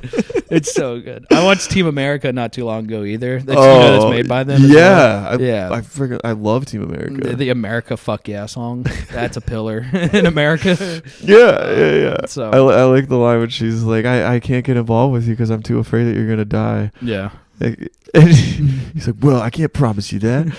He's like, well, what? I can't have sex with you unless you'll never die. And then he's like, I promise I will never die. And then they have puppet sex. It's the biggest. How do you all have that? If there's any, Matt Damon. One moment I remember my wife really loved me was when we had gone to visit one of her friends in New York and we were going to go see a play on Broadway, and she let me take us to go. Well, I shouldn't say take us, but we went to go watch Book of Mormon. Book of Mormon, Book dude. of Mormon. Great play. I saw that on Broadway too. Great. It's funny as shit. It's well done as far as I mean. They went like they've won. I think they won a Tony for that. Mm-hmm. They won. I want to say they were nominated for an Oscar for their movie. Like it's amazing. So if you're in New York and you can go see a play, go watch it. Yeah. But yeah, it's the Matt Stone and Trey Parker. They're really funny dudes. Yeah. So dude, yeah. Trey Parker, Matt Stone. Family Guy's up there too. It's a different category. I loved when South Park shit on fun. Family Guy. Did you see that one? That was a really good one. They more or less just equated their writers' room to whales in a manatees. fish bin. Just manatees, and they were just floating balls that were ideas for skits, and the manatees would just be like baseball, and they would just smack it. And they're like, "That's the writers' room." Like that's how they So the big secret was Family Guy was written by manatees. Yes, that's the whole bit. Yeah. Oh, Family Guy. And then they made a Family Guy joke, and then they proved it that it was like Mr. T.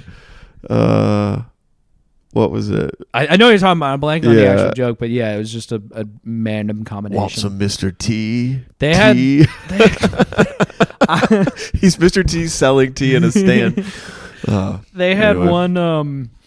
They had one joke that made me crack. So I have a buddy of mine. He's studying to get a doctorate at. I don't want to say school, but the point of this being said, I grew up with him since a child. Very funny guy, but he's one of my closest friends who's quick to call out like lowbrow humor. You know what I mean? When it gets too low. Not like a pretentious person, but just like if I fart at a dinner table, he'll be like, what the fuck? You know what I mean? Like you wouldn't laugh at it as much. It's dumb. Yeah. The day that I knew I could watch Family Guy again was when it was like 2 years ago. He's like, I'm going to admit it, Family Guy's funny as shit. And I was like, yes! Like, I have a real doctor tell me that. Yeah. They had a joke. It was, they were sitting around the TV, and I was watching with him, and it goes, now back to America's Next Bottom Model. America's Next Top Model. And it shows 3 guys standing on a stage and then 3 judges. And one judge goes, Thomas, pack your fudge and go home. And then one of the guys on stage just throws his hat down like, gosh dang it. And then you're like, oh, bottom. Yeah, like gay stuff. Oh, it's funny. Yeah. But, Family Guy's funny. South Park's funny. Yeah. Will Ferrell's funny. Yeah, you like Will Ferrell Middle still? school humor. That was his right there. Middle school? Yeah, I think because I was about 15, 16 when he hit. Because Will Ferrell was the shit there. Yeah. He was like What the year Lil do you Wayne of think was his comedy. I prime? just said that. Do you think Anchorman 1 and 2? 1 maybe?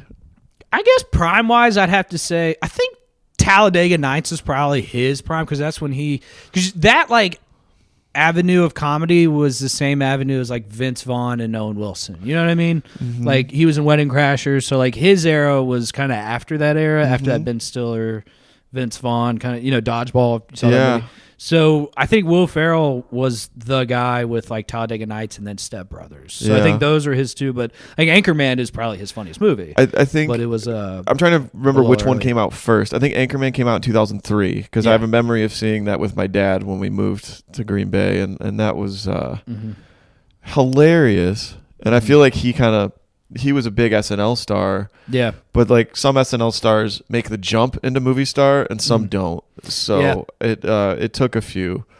But Will Ferrell, he's great. My mom hates him. Most ladies I know don't like him. I don't know what it is. I think guys just get his humor a little bit more. Yeah, I mean I don't like everything he does, but like he's pretty damn funny, I think. Just like a big goof. If you did so I grew up in Greenville in South Carolina and I didn't realize until you get older that like I'm not a NASCAR fan, but like people outside of the South don't even like recognize it. You know what I mean? Like it doesn't exist. Like some people from like I had friends in college that were from the Northeast. They were like they knew it existed, but they were just like I'm clueless on it. Yeah. You want to enlighten me, or is it like? Well, I guess what I'm trying to say is like having a loose knowledge of it. Like I watched Talladega Nights as a kid, and then now that I'm older, I think last time I saw it was 2 years ago, and now I'm like, oh, they literally just shit on NASCAR. Like they just humor, like not in a mean way, but they just satirized NASCAR. Like they nailed it. They really did. And like I guess you don't really have to understand it. Did you think it was funnier now that you've like see what they're doing? Yeah. Now that I'm older and like I kind of understand like I don't fully understand how a pit crew works, but like now that I have an idea of it when they bring in, because I think David Koechner was one of the pit crew guys. Yeah. Former podcast guest. Yeah. Shout out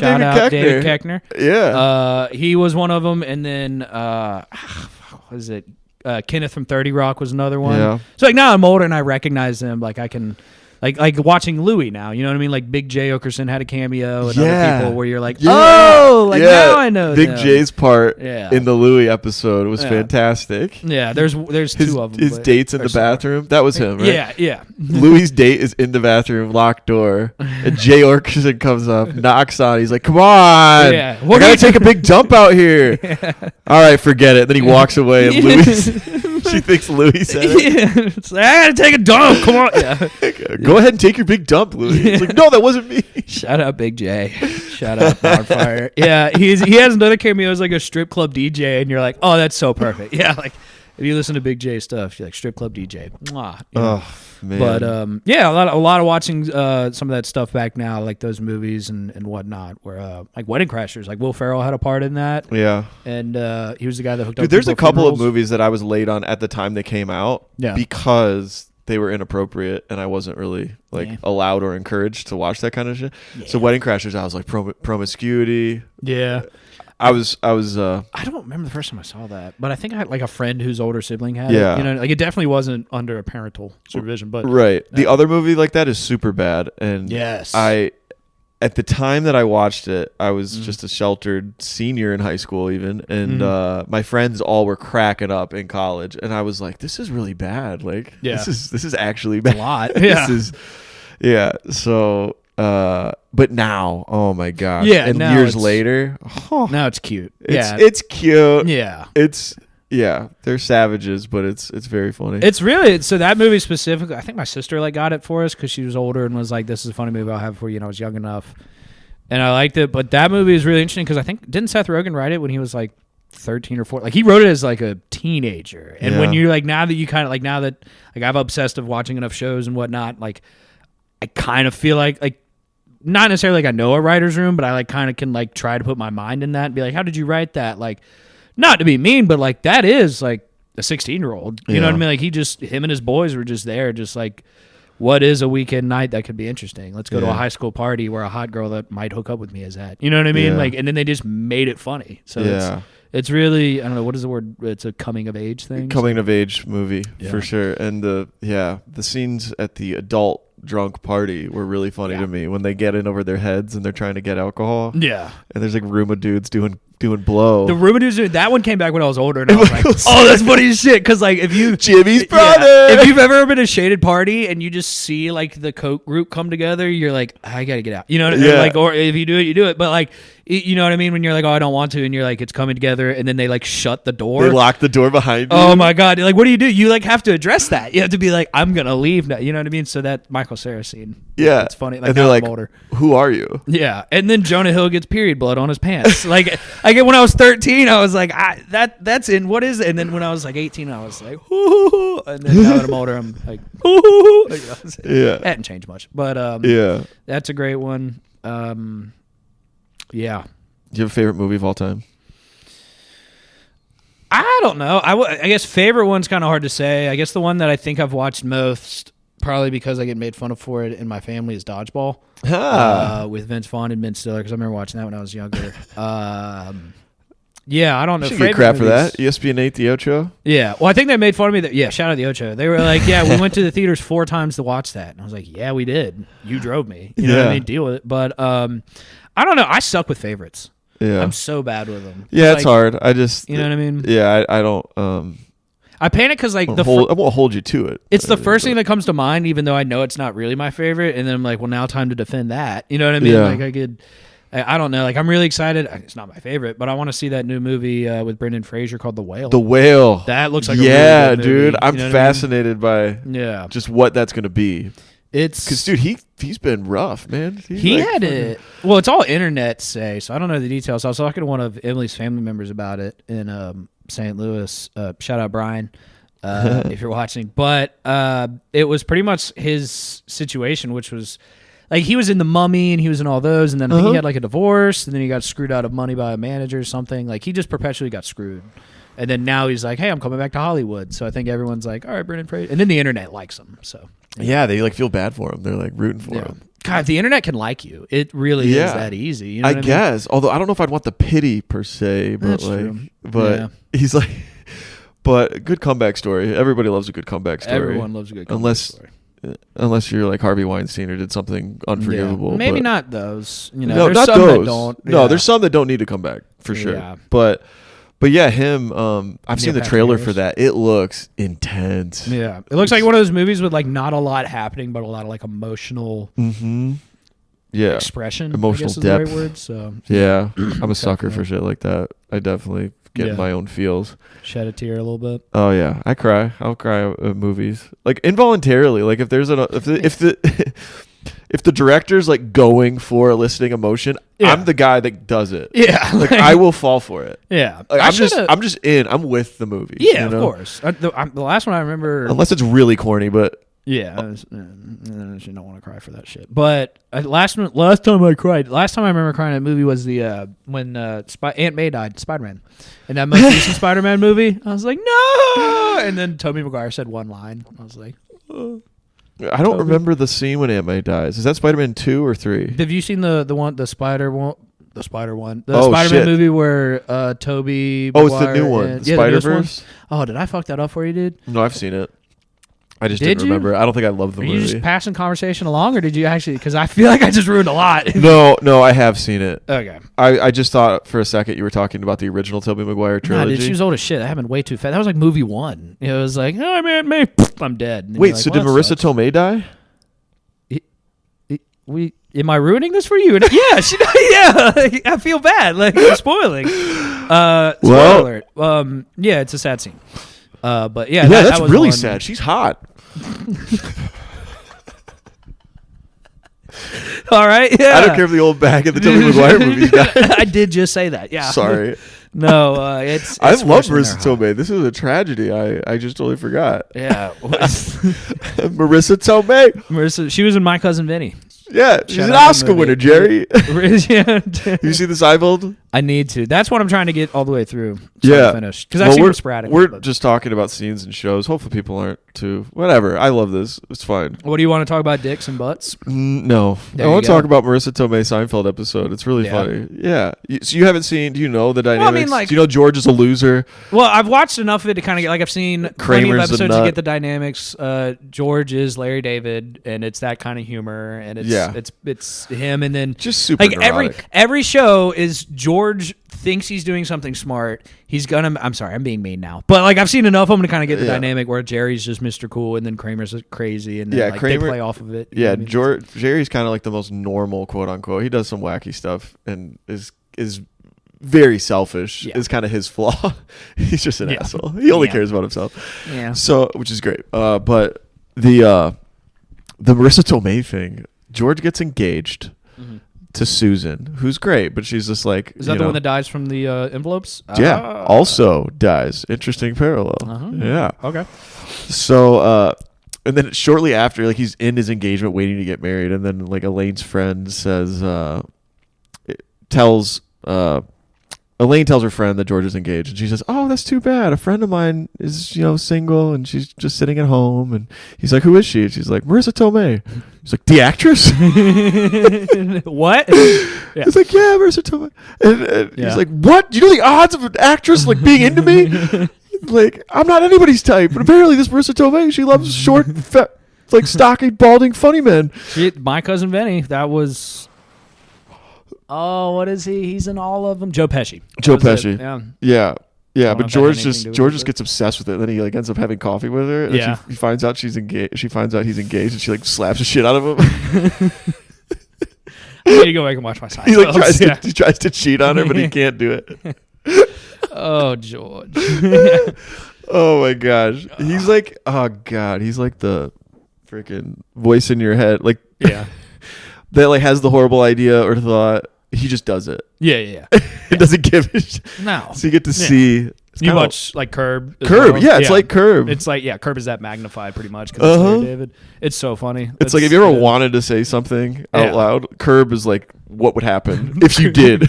the Curb episode, you don't need the context to it, really. The best episode is the one where Larry starts dating a woman or hooks up with a woman who works at a Palestinian chicken restaurant. Yeah. And it's next door to a Jewish bagel deli. I don't really need to give you the historical context, but Palestine and Israel and stuff. And the whole show, it comes to a scene where they're arguing across parking lots, and Larry's standing in the middle. Yeah, because he wants to hook up with a hot girl, but he's Jewish, and so all like the hot girl's like, Larry, come to me, and he's like doesn't know what to do, and all of his friends are like, Larry, what are you doing? Like, what are you quit being on the fence, Larry? And it's just like that's the episode. Like you can tell they just wrote it in a writer's room. Doesn't he hook up with the Palestinian chick? And he, yeah, he does. Yeah, and he like asks her to call him a dirty Jew. Well, he's. Oh, this show's so good. I want to watch it that night. Yeah. Comedy. Oh, Larry David. Larry and Jerry. They had a good show going. Yeah, dude. Had a pretty They're still good doing one. stand up. I don't know if Larry is. I know Jerry is. Yeah. That's why I was disappointed about your buddy if he had stopped. I was gonna ask about that Kenny G. Kenny G. Your boy. He's. I mean, shit. Because I don't want to ever stop. Like my vision of like the life I want to have is just doing comedy forever, even if it's as a hobby, even if I'm with kids and stuff or whatever. I mean, I'm gonna be honest. It's a little aggressive to come into doing stand-up comedy thinking you're gonna make a living out of it in the near future. You know what I mean? Like, and the reason I say that is like it's a hobby. You know what I mean? It is, unless you're really good at But for a guy like that who did it, and Yeah. presumably if he was hosting, managing, doing or whatever he was doing, like he was probably doing it at a medium level, or whatever. I guess putting myself in his shoes, it was the 80s, and I can't imagine how many clubs they had here. You know what I mean? So maybe if so maybe you just made a choice. If I'm going to stay here, Again, you got to meet him. I'm trying to get him to come out some more. I think he called me out for not inviting him to one of my shows, and I was like, I do it every week, like Thursday. Yeah. But yeah, I got to get him. How old is he?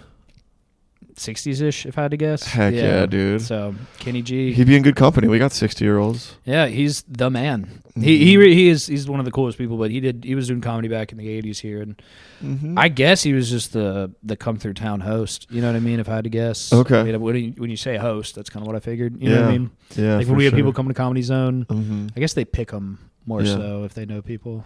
Yeah. So For sure. But yeah, man, comedy.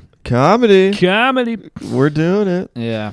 So, how did you want to incorporate comedy into your plans? Like, you're married, probably gonna. Yeah. You want kids? Yeah, it'll happen eventually. So we're married now. We'll be married hopefully forever. Love you, babe. But yeah, we'll be having kids eventually. Probably in the nearest future in terms of like 5-ish years. You know what I mean? Like I'm 27 now, so. And dude, remind me what your day job is.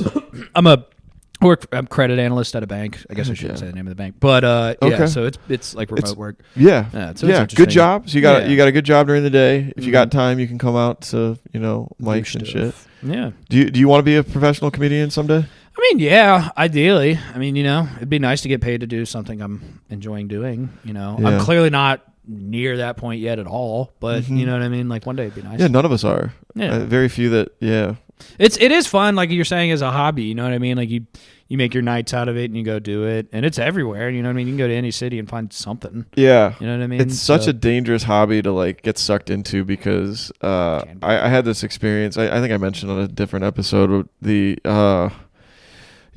spending time at home and not doing stand up like for Thanksgiving, you just like, what are we going to do? Like we went to the mall. Yeah. We watched a movie or rented one or got pizza, or then we're just watching football, just chilling. And after like 3 days of it was really great. But after like 3 days of it, I was like, fuck, dude. Like, I'm bored. You kind of forget that like every Monday and Thursday, like, you know what I mean? Well, yeah. Yeah, the stimulus of like getting on stage and getting that outlet, good, bad, or just the adrenaline rush of right before you can't simulate that with anything else. So it's like your stamina or your threshold for like what will stimulate you is very high. Yeah. So if you're not doing it a lot. Can we take pee breaks? Yeah, dude. Go ahead. I love all of y'all. I'll be right back. No, but hold that thought. Yeah, I'll just literally. I can't. I don't know. I can't do a one person podcast. It's kind of awkward. I normally just edit this out. Hello, people. I can hear Nat peeing. I wonder if you can hear that in the mic. Probably not. I don't like just talking to you guys.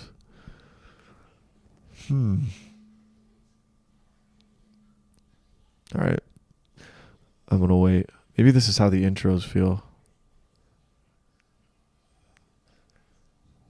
Man, he really had to go.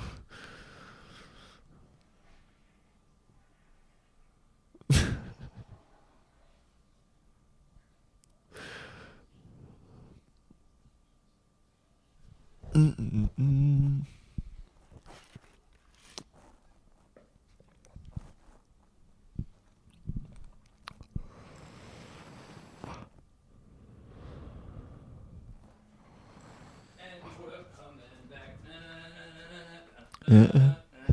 Here he is. And we're back. Sorry Dude, I about that, can't be y'all. left alone. I Well- literally just almost had anxiety just sitting here. Well, I would have given you a hug. Like just, yeah. That's a lot, dude. It's What am I like going to do? taking- Talk to Yeah, it's like, well, you talk to yourself, but Bill Burr? Well, you Yeah. could talk to Bill Burr. He's somewhere around here. No, but yeah, it's like if you took mushrooms and stared in a mirror. It's just not right. You shouldn't do that. No. Shouldn't Or sit by acid. yourself with a mic and just stare at a camera. And just, Or acid. in or the acid. mirror. Yeah. Yeah. So I Mushrooms- cut you off with urine. Yeah. I forgot what we were talking about. Something about comedy thresholds. Well, we can talk about Oh, mushrooms. yeah. Yeah. The threshold of stimulus is Yeah. so high when you do mics Yeah. that like if you're an adrenaline junkie, you won't be able to like. I can't think of anything else. Yeah.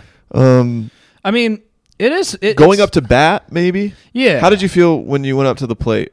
Oh, I as a panicked a baseball lot player? as a kid. Yeah. Well, I mean, I don't know. I guess in baseball with it, I guess the parts where I panicked most was when you first have a kid throwing a ball to the plate and then you get stuck by a baseball. You kind of remember that, but that was really it, just the nervousness of that. But like, it's a little bit different in comedy, I guess. With baseball, it is muscle memory in the sense of like stand here, swing your arms, do it enough. Yeah. But also like keeping your cool under pressure. Everybody's looking at you Yeah. in the picture. Yeah. You know, all the attention is on you. Yeah. And I guess and if you're tense or if you're not chill, yeah. like that's what I always liked about baseball players, and I never had that. Like I was always too afraid. Like if I struck out, it was the end of the world. I would cry back to the dugout. That happened. We had a kid on our team that did that a couple Yeah, times. Yeah. I was that kid. So maybe there's a Yeah, but then you There's a played kid college on- football, so you kind of rectified being the crying the kid. You know no, what I mean? well that's what happened. I just snapped and took out all of the pent up anxiety and mama's boy tears into hitting people. There you That's go. truly what happened, and I not really a healthy. I mean, it worked out, I guess, but It happened. Football was just sheer like white knuckle force of will, whereas Yeah. baseball was more like cool, finesse, It is. relax, like Yeah. just it doesn't matter what happens. I really wish like somebody had like I had a coach that just explained it to me Yeah. in a way I could have heard it. Yeah. Because dude, I love baseball. I love to watch it. Yeah. I had to love come this. around I on love the pace of it. Yeah. It's very chill, very slow paced. Mm. It's just there's 100 games plus in a season. You're in the middle of the summer. You're eating popcorn, watching it, or Yeah. you're as a player, you're just throwing a dip and Yeah. chilling with your boys. I had to come around on it, as you know, when you're younger and you have ADD and whatever, and you don't pay as attention to things as quickly. It's hard to watch a baseball game. You know what I mean? Because it's very analytical. It and is. slow, but- It wasn't until yeah. much later to where I Mm. like appreciated watching baseball. Yeah. But yeah, that calm under pressure thing and that confidence aspect and like just next pitch, like it's Yeah. fine. Like I'm not Yeah. gonna if I'm in a slump, like it'll come. I guess in terms of like comedy, in terms of parallels, like I can see what you're saying with baseball. It's really hard though, like with having all eyes on you in one moment. Like, you can't really practice that moment other than You doing. can't. You know what I mean? Mm-hmm. I guess it's You kind can of go to the batting cage a billion times, but it's not the same as when you're Yeah. going out there. Yeah. Um, Clutch gene. yeah, Kind for of. sure. Yeah. And that exists in football too, because there's big plays and but there's also 22 other guys on the field or Yeah. 21 other guys on the field. And what did you play in football? You were defense. Linebacker. Yeah, I played quarterback in high school. Hey, I well- wasn't very good at quarterback. I was more of a running Tebow kind of guy. Okay. But I played linebacker was always my better position. And I played defensive end my last 2 seasons in college. They moved me down to that. And, There you go. Yeah, D end is fun. Yeah. And you never played football, right? I played 1 year of rec league, but other than just like backyard football and stuff. Okay. Like that, you know what I mean? Yeah, I don't spend too much time on football then, but Well, I mean, yeah, like, man, you it's just I like comparing the differences. Yeah. Basketball's similar too. I don't know if you played basketball. Church basketball, shout out WPC. Actually, so I played church basketball every year from when I could up until I graduated high school, because it's what you do down here. I guess wherever church basketball is, because let's be honest, I'm not making a high school basketball team. So no, you could, dude. Yeah. I give a little. I could show you where I went to high school in that part of town if you want. Is it in the ghetto? Yeah, a little bit, on a cold and gray. There's a lot of competition. Yeah, pretty much. But I guess what I'm trying to say is, like, you start playing basketball with your church when you're like a young toddler, when you're really young, just give you some athletic thing to do, and then like, I'm not very religious, but I continued playing with the team pretty much until I graduated high school, and those kids stay the same. You know what I mean? Like, you play on that team with those kids since you were toddlers, so that was always one fall activity I would do. But I know basketball, though, it's like similar to baseball a little bit in terms of like the confidence, and you kind of have to have like a finesse. It's less of like looking cool is a part of it. Looking cool. Yeah. Baseball is you're just being. Yeah. Well, baseball is like, I mean, baseball is analytical and all that, but also there's a part of baseball where like you're trying to look cool. You know what I mean? Like, if you ever watch those, and like sometimes it's, I don't know. Like, when I was younger, it used to be like, what are you doing? You know what I mean? Like, why do you walk like that? Why don't you just run to a base? Why do you strut? Like, why are you making that motion? But then, you're trying to be too cool. Yeah, but not like, if you've seen a real jackass of a batting stance, you know what I mean? Like one of those, you're like, that doesn't. Yeah. How? Look normal, but a lot of it is mental. So I guess. Yeah. Kind of. And it's probably just the repetition thing. Like, the more you do it, the more confident you just are. Yeah. You don't have to think about it. Yeah. You just are a certain way. Yeah. But yeah, those were two sports that I had a hard time with, baseball and basketball. I played basketball in high school, but the thing about basketball is you got to know like when to shoot. Yeah. Like, there's people that have no issue with that. They'll shoot it anytime they're open. I was more like, I don't want to shoot because I might miss, and fuck it, I'll just play really hard defense and rebound. That's all I really was confident enough to do. And like, I worked through that, and eventually like, dude, you're good enough. Take the shot. Yeah. But basketball it's kind of easier to analyze just because the amount of people on the like playing. You know what I mean? Like, it's 5-on-5. Yeah. So like, a big part of basketball is obviously the professional level, but at a certain point, if you start playing, you kind of have to learn your skill and work with it. So like, some people like I say I was good at shooting three, but in reality, it's because I wasn't that athletic. So I would just kind of stand on the outside, and then I learned how to be good at shooting it. But that was what I did. So like, I would be someone who could shoot it versus like the kid who would stand in the box and was bigger than everyone. You know what I mean? So like, once you learn your strength, you stick to it. But I don't know. I guess just playing that sport my whole childhood, eventually I was like, I got a 3-point. That's it. You know what I mean? Yeah. But like, once you learn that, you like learn out of necessity of what you can do at the time. Like in NBA, what is it? Like, Klay Thompson plays for the Golden State Warriors, but he's a 3-point shooter and a defensive player. So he's never going to be a dunker or like a, you know what I mean? Like, for sure. So I think in basketball, it's easier to do that versus baseball, where it's like, you swing a bat. Well, swing a bat. You know what I mean? So it's, each sport has its own niche. For sure. Yes. Yeah, I was always on the side of being taller for the grade I was in. So I was post player. Yeah. So I never had to get good at ball handling or shooting.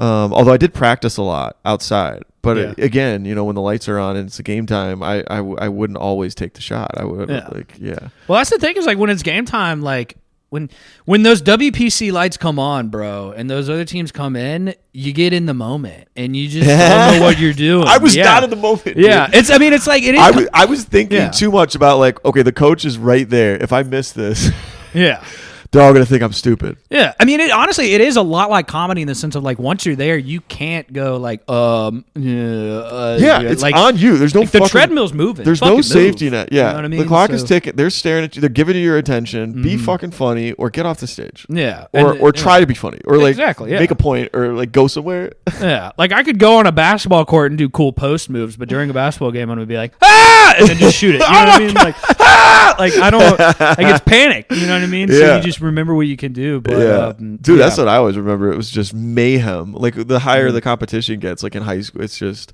And dude, we saw Jordan Warlick, one of his games recently, D2 college basketball. And I haven't been to a D2 college basketball game in a while. It was like that much better than high school. No, I mean, it was really cool. It was. Shout out Converse College, the Valkyries. It is a female mascot. Jordan does play for that team. Yeah, no one it was an all girls cool school. But and then they all transitioned, and now. Yeah, it is. For the historical context, Converse College. Kidding. I don't mean to be. So Jordan Warlick, another comic in the area, Also a baller, put up 12 points, was like 4 from 3, something like that. No Yeah, big deal. dude, he had a great game. He had a great game. You really did. He's. I don't think I was at the same game as you. No, we met at the. I met up with you all the after, restaurant but I saw a yeah. game previous, and you were telling, So he goes to a college nearby, Converse College, which is up until within the past 5 years an all-female school. Yeah. And so. And Jordan Warlick was on a previous episode, if you're curious about him. And Jordan Warlick is a boy. He's a man. 1 + 1 = 2. No, yeah. I'm just kidding.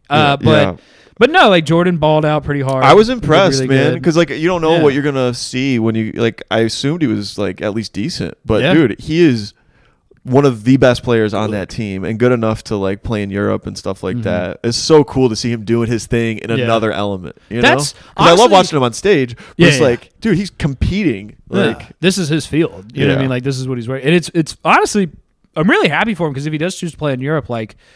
Let's be honest. Like, if you're gonna make good money in Europe or like ride a bench in the NBA, I'd go to Europe. You're in Europe. You know what I mean? Like, you're gonna travel. Too. You'd be in the Netherlands. You'd maybe play a team in Spain. You could go to. Yeah.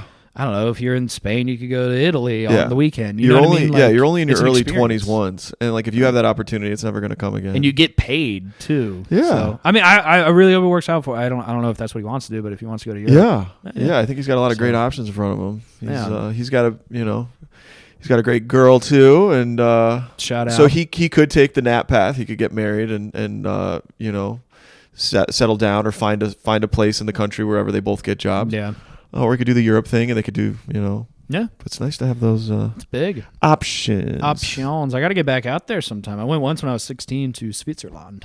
Oh, Good Europe? place. Yeah. I'm actually a Swiss citizen, so I could You're a go. Swiss citizen? Yeah, shout out Grandpa Max. Dude. Yeah, so I used to know the terminology for it. It's Latin because everything is. But there's two terms. One is you're born there, which is America's ideology of citizenship. So if you're born here, you're a citizen. And the other is through bloodline. And so Switzerland is the bloodline. So my granddad being born there and Swiss and whatnot, I got it through that when I was like 20. Filed the paperwork and everything. You filed paperwork to make it official. So how much are you? Did you say this a second ago? Are you 100%? Yeah. Well, so in terms of my bloodline, I'm not fully Swiss. I'm a quarter Swiss. But so the way that it worked was when you're 22, and apparently this is international. If you are under 22 and you meet the criteria for applying for citizenship through bloodline, you just apply. Okay. But once you turn 22, you're in the pool with everyone else. You know what I mean? So, like, had I waited till I was 23 and then applied for Swiss citizenship, I wouldn't have gotten it because I would have just been like you. But interesting. Yeah, because you suck. I loved it. But no, I remember my mom was like, "You can get this," and I was just like, "What? Like, we're gonna do this?" So, dude, that's cool. badass. Yeah, it's one of those things where you don't recognize it, and then like years go by, and your friends are like, "Fuck you." Dude, when you like get rich off comedy and have an empire, you can open a Swiss bank account and just shelter all of your money. I can open one now. Actually, yeah. Sorry, guys, they took that one away from us years ago. It's not the Swiss accounts anymore. It's not. No, they don't have that anymore. No, it's Central America. What? Yeah. Well, so all the Swiss banks are in Central America now. Okay. Well, actually, your boy studied finance, so bear with me, people. Yeah. I wrote a paper in school where about the Patriot Act, and the Patriot Act. It's a big fucking thing. Yeah. But I'm familiar. One of the things that they did was they implemented. More or less, if you are an American citizen or have something in a bank in America, America has the right to know every bit of that, and vice versa. So, like, if I have an account in Switzerland, they have to know, or if they, not in the sense of like they won't know, but in the sense of like Switzerland will tell them. So, like, they figured it out. Like they're gonna get. So now, like, because I think what was it like the Panama Papers, like 5 or 6 years ago. Oh shit! So, did we cut out? Yeah, the mic's just cut out. Let's go! We're out of batteries. Yeah. Damn it, I want to continue this conversation. That's all good. Should we just pause it? Well, hold on. I knew that was going to happen. That'd be like that. You just got to charge batteries or replace them? Replace them. Hold on, people. It's just phone audio right now, so...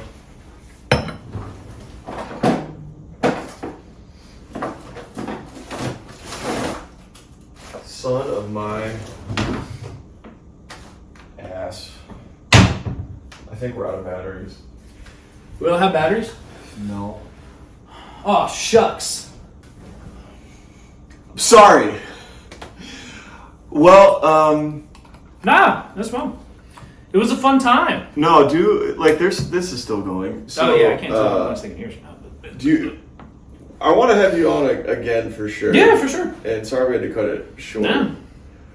Can you finish what you're telling about the Patriot Act? Fuck it. Oh, yeah. So, if you can hear me, I had to report, and the Patriot Act, more or less, we signed it over, and one of the things that we signed over in it was that they have the right, if you are an American citizen, they have the legal right to maintain every bit, like every penny and everything else, and I think most countries are cooperative with that.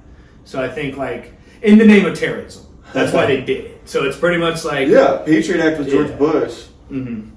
And then, like, all banks that affiliate with anything American have to give it up. And I don't think, like I could open one at Credit Suisse, but the Swiss banks, like, don't... Like, they figured their shit out now. You know what I mean? Like, you'd have to go to, like, a less developed country, like, I don't like Panama Papers were a thing a few years ago where all the billionaires got busted. Yeah. So maybe it moved from there, but there's always somewhere you can put money no one knows about. Yeah. They're just figuring it out. For sure. It sucks when, like, a crisis, like, causes stupid laws or stupid infringements on liberty. Is how I put it. Yeah, dude, I don't know, because, like, COVID was another example where people, like, because of the crisis, there was, like, all these crazy measures that they put in place that, you know, and a lot of them are gone, but some of them, you know, have changed things forever. Yeah. And COVID was a fun one. It was one of those where it was like, everyone shut up and do this, and everyone was like, no, hold on. Well, it's like, it's you know, and I don't give a shit. I'm not a conspiracy theorist, and I don't care. But, like, you shouldn't shut up conspiracy theorists. Like, because that's... Yeah. Just let them be crazy. But don't like... Because, one, you'll empower them and embolden them. And they'll feel like, oh, we're right. Because they're still probably wrong. Yeah. But you're going to make them... And you're just going to divide people more in the name of a public health crisis we don't fully understand. I think a big part of it, like when you're saying with conspiracy theorists, is a lot of times there's a lot of people who you just kind of have to, like... maybe less conspiracy theorists, well, them as well, but, you know, like Milo, Yiannopoulos. At a certain point, there's people that exist in the world, and not exactly these people, but they're in this category where you just, like, you can't, like, don't condemn them, just ignore them. You know what I mean? Like, every logical person's going to ignore them, but when they get into an ability where their word means something, it kind of is a little bit different. But I think if a lot of people just, in certain situations where rather than give them that fire, like you're saying, like, encourage it, just...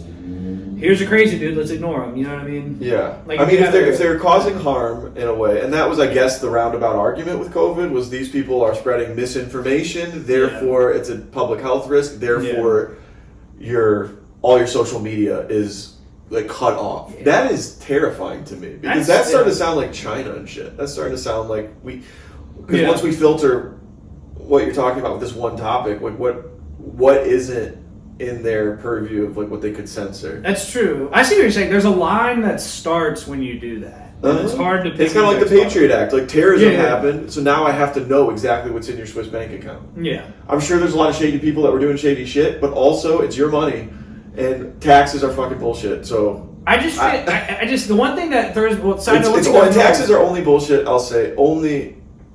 Obviously, you need taxes to fund the government. I'm saying that because we don't use them. We're $30 trillion in debt. So, like, it's a simple math problem. That's why I'm saying that. I'm not trying to be like... No, I see what you're saying. Yeah. Now that the mics are off, I'm like... No, it's a fun one. No, it's... I don't know. Taxes are a weird one where you gotta have them, but they're just not being put in the right way. And then it becomes a political tool. And then it never gets put in the right... You know what I mean? Like, once something becomes a political tool, no one wants it done. They just want to argue about it. Then it's just who can control who does this shit. Yeah. It just, I mean, I don't know. I think one thing that most people don't realize, and I'm going to be mean when I say it, but, like the government knows where you are at all points in time, and they know how much money you have. Like, they do. At a certain point, you just kind of got to take a deep breath and realize, like, you don't really have privacy that much anymore. Yeah. And it sucks, but, like, I mean, like what are we going to do about it? Like, you can't do anything about it. No, that's exactly the point. It's more for your own head to just, like... I'm kind of letting out my own ideological leanings. Yeah, you're right. But practically speaking, dude, you know, I don't care. It's like someone I know saw one of those posts. It's like they can see your face and location at traffic lights because they have those speeding cameras, Yeah. and they're waiting. It's like, yeah, like I no guess shit, the- they could. Like the they can only- see you everywhere. Like, I guess the only point where I would start caring is like if they started censoring stuff that I wanted to say that's true. personally, Yeah. and that's what I'd be afraid of. It's But- hard because freedom of speech is it's a hot button issue nowadays. It no, shouldn't be. It and- should be. So one thing I did realize, I Sacred. didn't cut you off. It is in its own right. And one thing that I noticed that was interesting, and it's a really mild version of it, but it was kind of funny. So I'm a big soccer fan. I didn't play it, but I love watching it. And one of my favorite teams is Juventus, and they play in Italy. Uh-huh. And they had a goalkeeper who was there for like 20 years, and I think this happened when he was still there, named Gigi Buffon. And a player came by him during a game, and Gigi Buffon yelled something like, it means something in Italian, but it translated to like near mother, something with God. And he had to go to federal court. Yeah. Like like saying something made him go to federal court, and then you're like, wait, like you can get fired from your job, and people can kind of push you away. But once you have to go to like legal trouble Yeah. for like saying something that wasn't violent or What did he say? it was sacrilegious was why he wanted, Sacrilegious. but it wasn't like the worst thing ever. Yeah. It was See, just more or less and then like religion gets involved. Yeah. Like, if you. But I guess like the point I'm saying is like in America, you like that's never gonna happen. You know what I mean? Like sure, I you get hope fired, not. but you're never gonna go to court. I hope not. I hope not. I hope not. I In, guess. in Canada, they have compelled speech laws Yeah. that you have to say this, and if you don't, you could be fined or. Yeah. That's ridiculous. Also, That's ridiculous. actually, I'm not gonna say this one because it's a Kyrie thing. That's gonna piss people off. But Well, I just. I mean, well, I guess I probably should know. I mean, like I shouldn't. I'm not picking sides, but Kanye got gone pretty fast with what he said. Well, he said- And while he he should said have, some horrible shit. what I mean is But he like didn't go to prison. no, but I guess what I'm trying to say is like you can get punished for your words, and I Right, think one exactly. thing that There's consequences for everything you say. yeah, and one thing I'm trying to like People's one thing opinion that of you. yeah, will one change. thing that confuses me with people like you're gonna get fired from your job, you're gonna lose things, like you're not gonna go to court.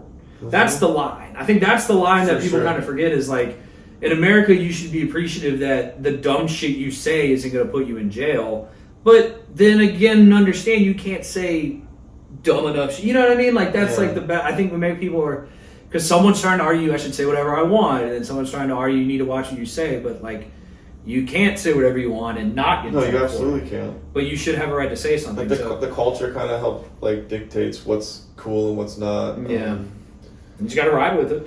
Yeah, I guess. Yeah. But then again, I don't know. I guess we're comics, so we I have a don't different feel angle. this at all. By the way, like I don't Yeah, feel yeah, I see what you're targeted saying. at all. No. It's not affecting me. But that is one issue where like I feel like It's a slope. it's I see what it's you're one saying. where I think we need to watch it only because Yeah.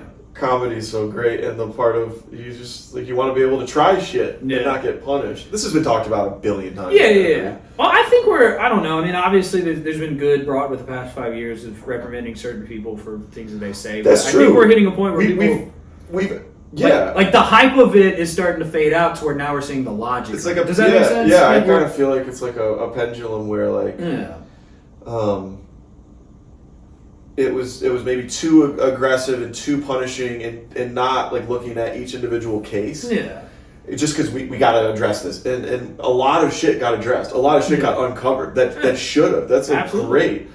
But like our cruising altitude of how we look at free speech always. Like I just want that to be like kind of reasonable and not yeah.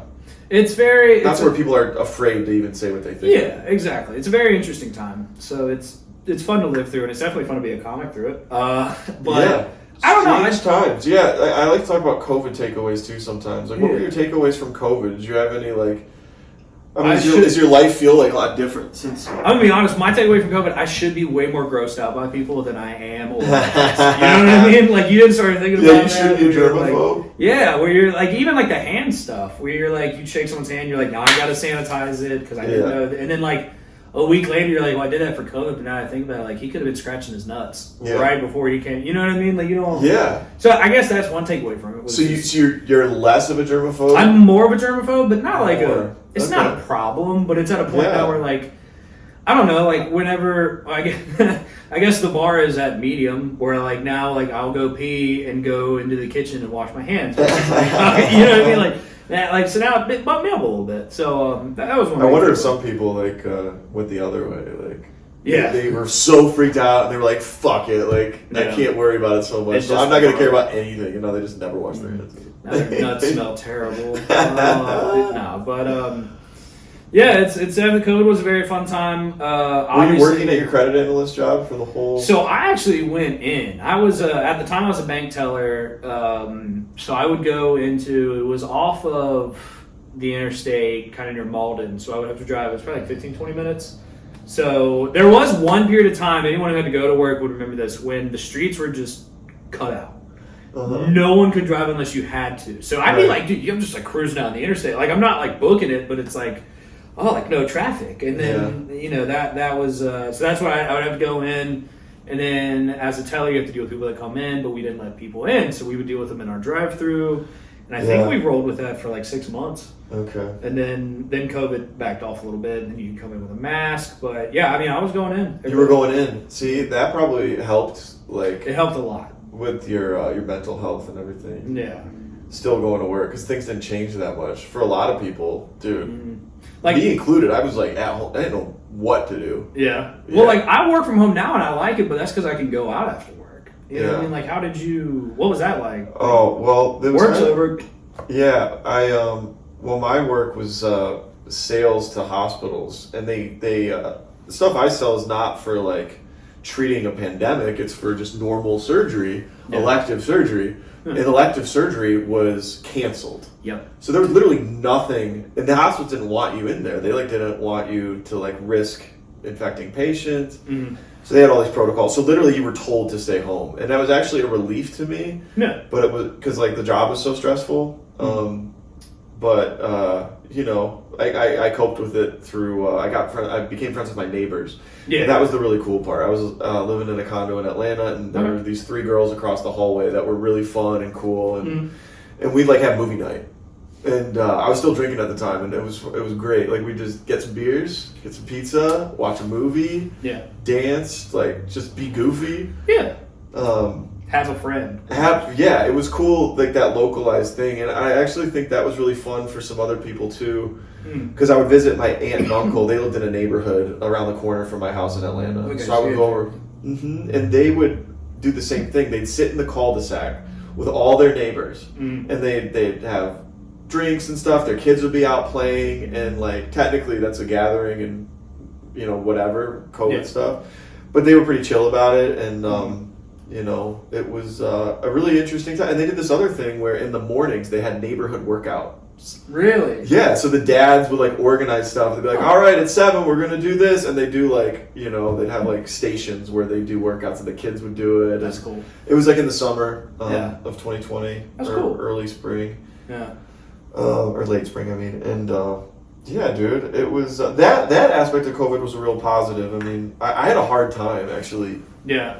Leaving my condo in Atlanta after COVID, because I was living here, but I had nothing in here because I didn't know anyone. I literally just moved here. Yeah. So I went back to that place in Atlanta because I was Airbnb-ing it, but then I stopped doing that. So I was just there. Yeah. And just being alone in the place, and you know, saying bye to those girls across the street, across the hallway. And then I got like freaking emotional. I got all gay, dude. I cried. Fuck, dude. I cried on my way back. Gay shit, dude. Yeah, dude, so gay, dude. Shane Gillis, dude. So gay, dude. And I had made some like videos at home like during that time that are cringy as hell. You can watch them. They're on the channel. Did you have a friend who like Vined when it first started? Yeah, I did. You did? Yeah. Oh, I want to see those. I uploaded my old Vines when Vine got deleted. They're on my YouTube too. Well, I guess like I had friends who did it like the day Vine came, not the day, but you know what I mean, where it was just like, and they're just around. Yeah. And now you can go. Not now, but I remember a moment in like 2015 where I was like, "Oh, that's cute." Yeah, dude, they're all 7 seconds. You can go through them really quick. So yeah, but it was weird because like I was a basket case because one, I was drinking too much when I was there, but also just the loneliness, and like I remember when I made those videos, like I made characters out of shit in the apartment. I made like a character out of Winston Churchill. Yeah. Yeah, like he was talking to me because I was going crazy. Yeah. And then like the vacuum cleaner, I made a dog out of it. Like I got a pet, and Like that was a joke. Like that I got a new dog, but it was a vacuum cleaner. You were going through it. I was going through it, and I really liked I had fun. I still love the videos that I made, and but when I was leaving, I felt like Tom Hanks in Castaway. I felt like I was saying bye to Wilson. I was like, I was like, that's why I'm bringing this shit back. That's why I have this stuff hanging up. Yeah, which is real, they still live in your head, don't they? They do. They're like real things. It's never getting out. Yeah. Did you cry in Castaway when Wilson floated away, or were you like, this is fucking dumb? I need to see Castaway. I've made fun of Castaway too much for not having seen it. So I you haven't seen it? Nah, I gotta go back. Oh, dude, it's a good ass movie. Yeah, definitely. I gotta go check that one out. Yeah, but I was just like, I formed an attachment to the inanimate objects in my place during COVID. Yeah, so, I drank liquor, got fat, and lived with my wife now. So that was pretty much that's it. awesome. You had each other during that period. Yeah. Yeah. I just got out of a relationship. I remember it was the last like long-term girlfriend. Right before like New Year's Eve, we broke up. Dude, girls suck, don't they? You know what I mean? They're girls are cool. I like them. It's fun to say. I love girls. I think they're amazing. I love one. You love one. I love one. My wife. Well, yeah. Two, my mom. I want to love only one. I want to find that one, but I feel like they're.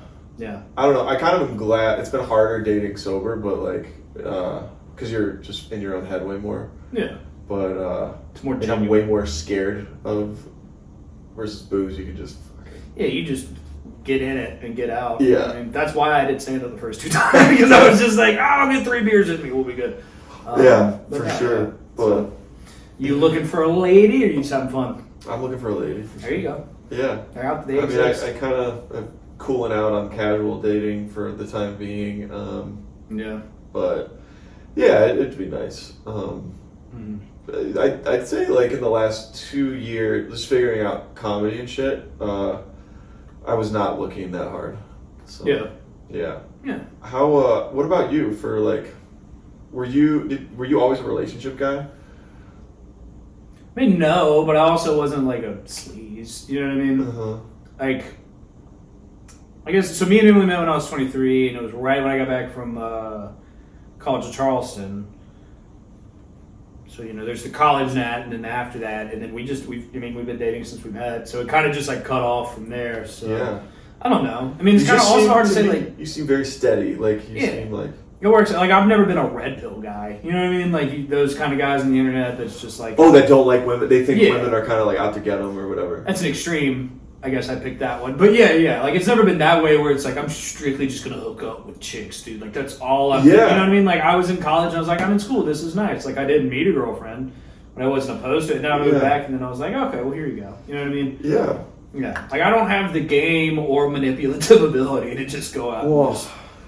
Or the former athletic build. You know what I mean? No. When you're a dopey 5'10" wide guy, you gotta work. You gotta work a little bit harder. I'm just being a good guy. Yeah, versus you gotta be funny.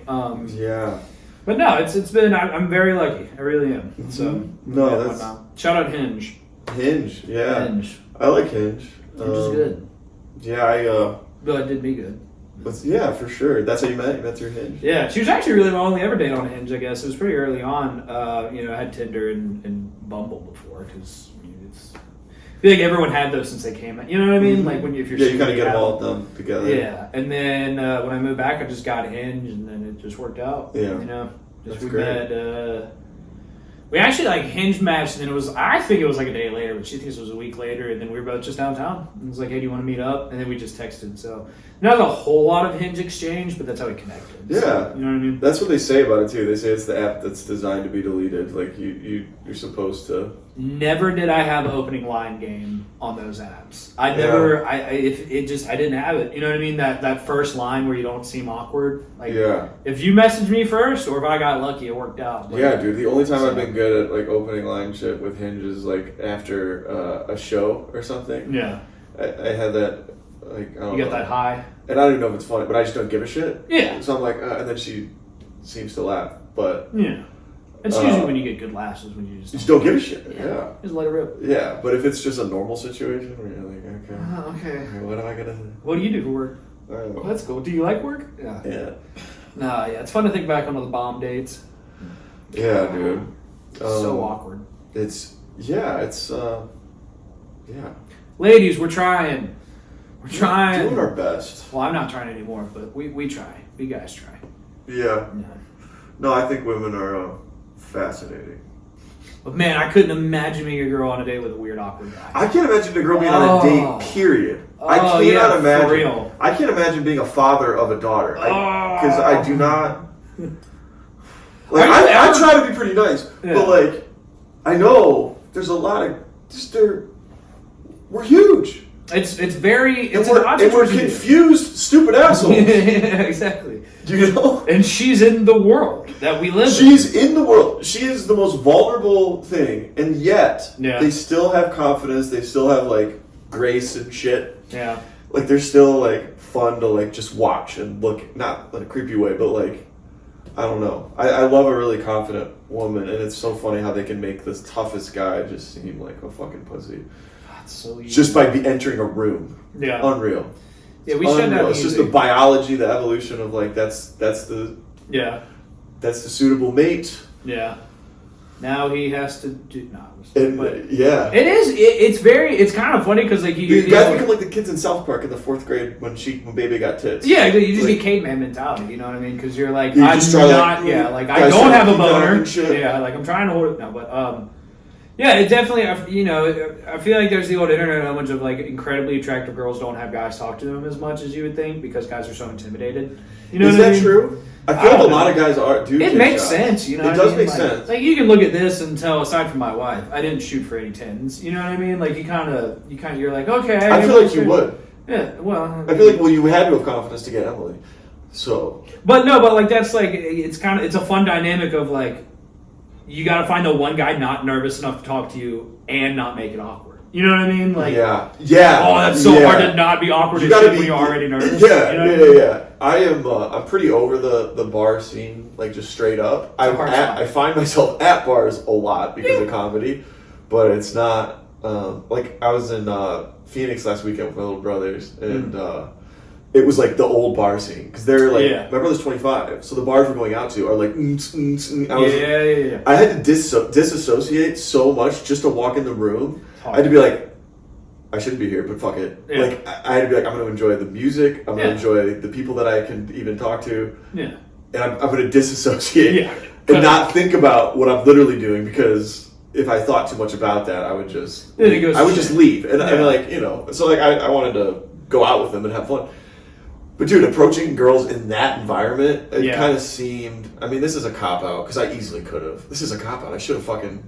Yeah. But it also seems silly in a way. I mean, what is going to come of that? Well, it's kind of funny. The odds of it are low. Well, it's like, but not zero. You have to just be relaxed about it in a way. But like, I remember one of the first things I learned, like, you know, don't treat people like dirt. But like, I just remember in high school, there was a girl that I had a crush on. We had a lot of classes together. And like, I think I was like 15 when I learned that if I didn't talk to her for a week and then was cool with her, it was better than me trying to make a conversation every single. You know what I mean? Like if you act like liking a girl, not being friendly with her, but like if you had a crush on someone, like be space it out a little bit, and because I was awkward as shit. You know, you get nervous and you're like and you're trying to say something, and then you're just like, okay, well if I wait a week, but like I never figured it out. You know what I mean? You're just kind of like, well, I haven't talked to you in a week. You're nice to me now. That's weird. Versus like, I talked to you yesterday, and now you kind of want to move on. You know what I mean? Like, it's one of these things where you being too available. Exactly. Yeah. You kind of have to learn early.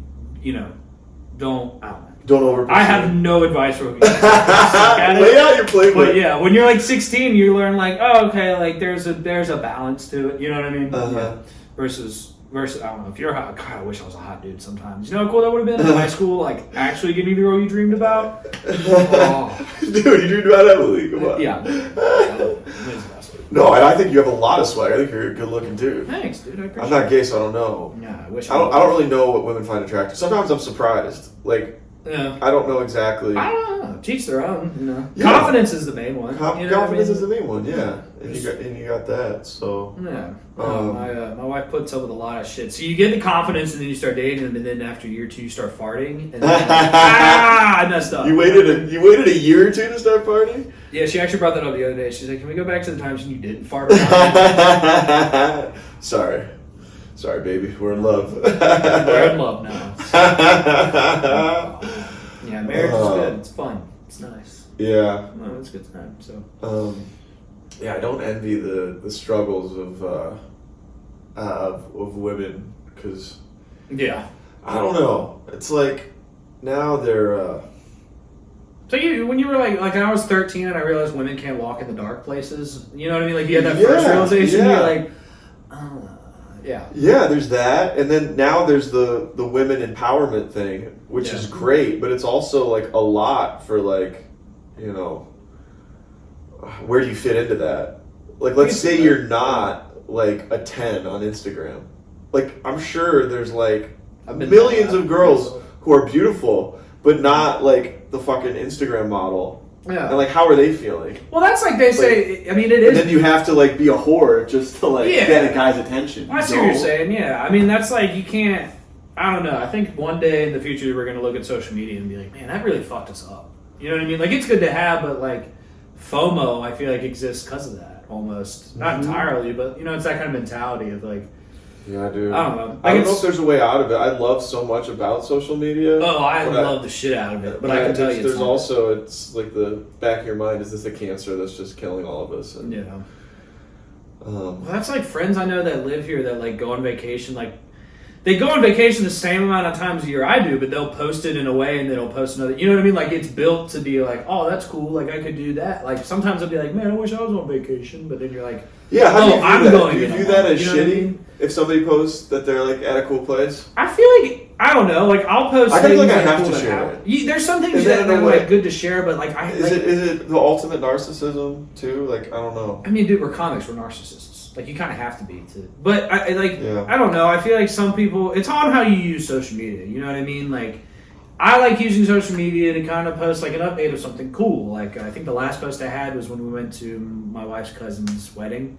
So that was something worth like a fun, cool moment. Yeah, hey, we're dressed up cool for this, or you know, going to do something. But you know, then you have sharing people it with that are friends. just like, I want to share it with my friends. Yeah, and then you have people be like, oh, back at this restaurant for the 4th time, love it. And then you're like, well, why are you using social media? You know what I mean? Like, but everyone has Salt their motivations. Yeah, Salt Bay, dude. Salt Bay, Salt Bay is in hot water. Yeah, but that's its own thing. But, no, I mean that's just it's all on. And I guess with comedy, you can sleep at night a little bit because it's like you're making something. It's what you do. Mm-hmm. So like, fuck it, get over yourself. Yeah.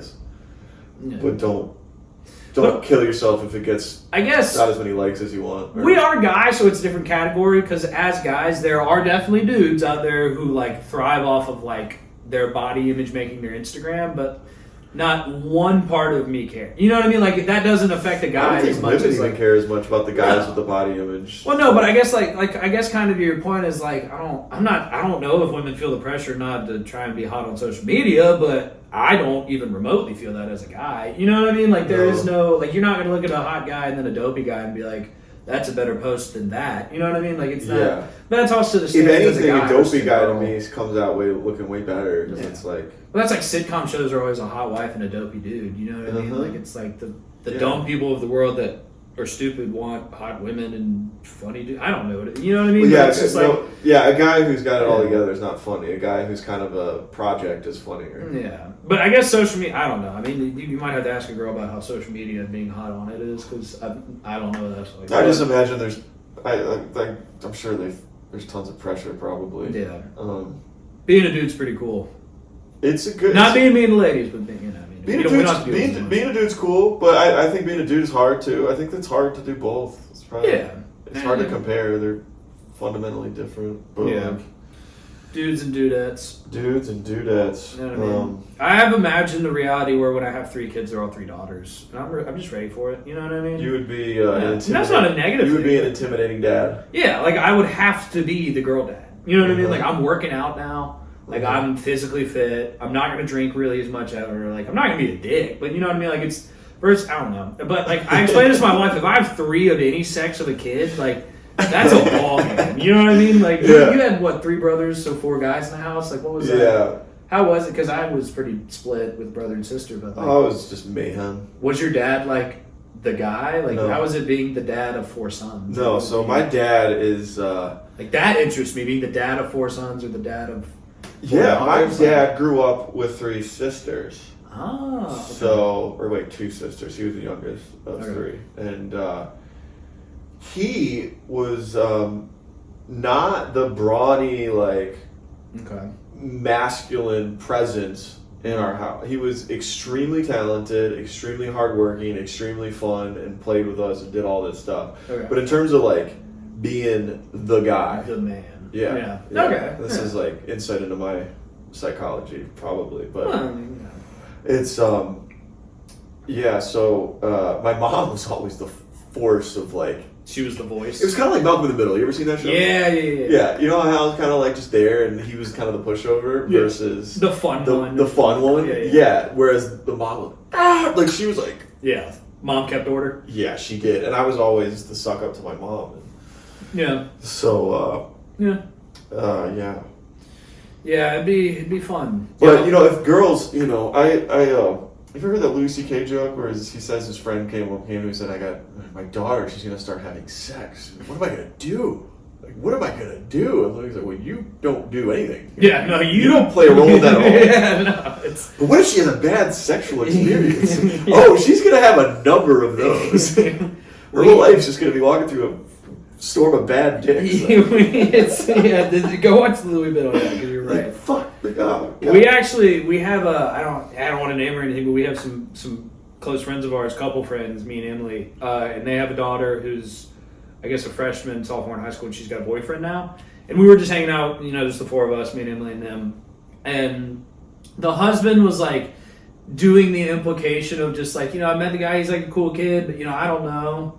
You know what I mean? Like, I don't, because like she's 15, 16, which is, it's usually like not in this context, but a lot of times kids will start to make out and whatnot around in their high school years. So he was being the dad where he was just like, I don't know what they're going to do. And then the mom just butted in. She was like, they're going to have sex when they have sex. Like, that's what they do. And that's a really healthy attitude to have. That is the best. It's got to be hard to do that when you have a 16-year-old and you're just like, like as a boy, I guess it's easier, but when you have a daughter, like, but the potential damage you can have, I think, by being too overprotective is really something to think about. Because, like, you have to teach them, but let it happen. This. Yeah, they talked about boundaries and how, like, the boundary system a parent puts in place is like it could be too rigid or it could be too loose. Yeah, you kind of want to have a squishy boundary system. Yeah, and that's what allows a healthy kind of development. Like, they're going to get into some trouble. Yeah, but if they do, you want them to be able to pick up the phone and call you and not be too afraid to admit that you fucked up. I would never ever have picked up the phone and told my parents if I got into some serious shit. Never. I would take out a loan.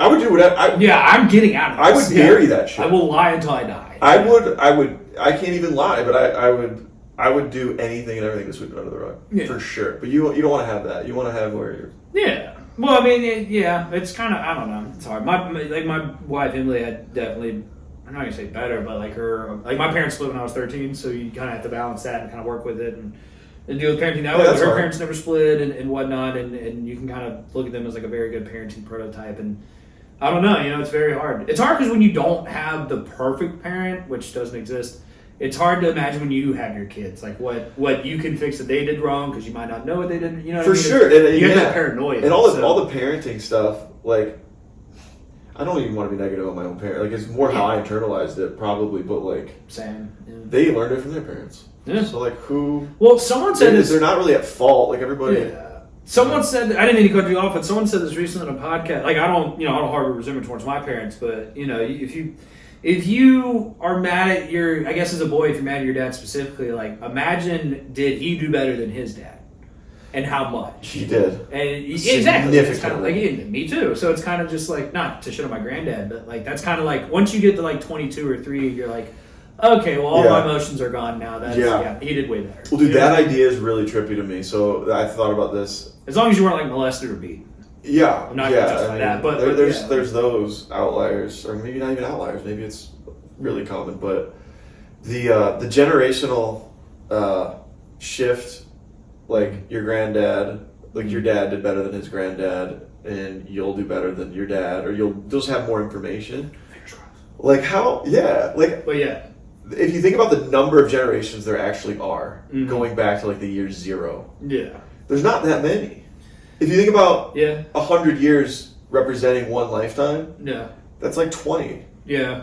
But you could assume there's about 2 or 3 generations, 100 years. Like, I think how, technically there's how 4. different was shit back when it was like barbaric and That's like a good question. people were just fucking trying to get food or I guess the better question is, when was the real era of like, oh, you got a cold, you're dead? Like, when did that end? You know what I mean? You got a Is it cold, you're certain- dead? You know what I mean? When they would shoot out Yeah. like 9 kids. And that like, wasn't that long ago. That was probably Yeah. 1800s. You shoot out like 9 kids and like 4 would be gone from the winter. You know what I Yeah. mean? So you're I say like you're. I mean, you love your kids the same, but like your outlook's a little bit different than now. Where Your like, outlook is totally Yeah. different. Yeah. And I think back then, like, and I don't even know, pick your time period, but people would have kids just to help, like Mhm. on the farm or wherever.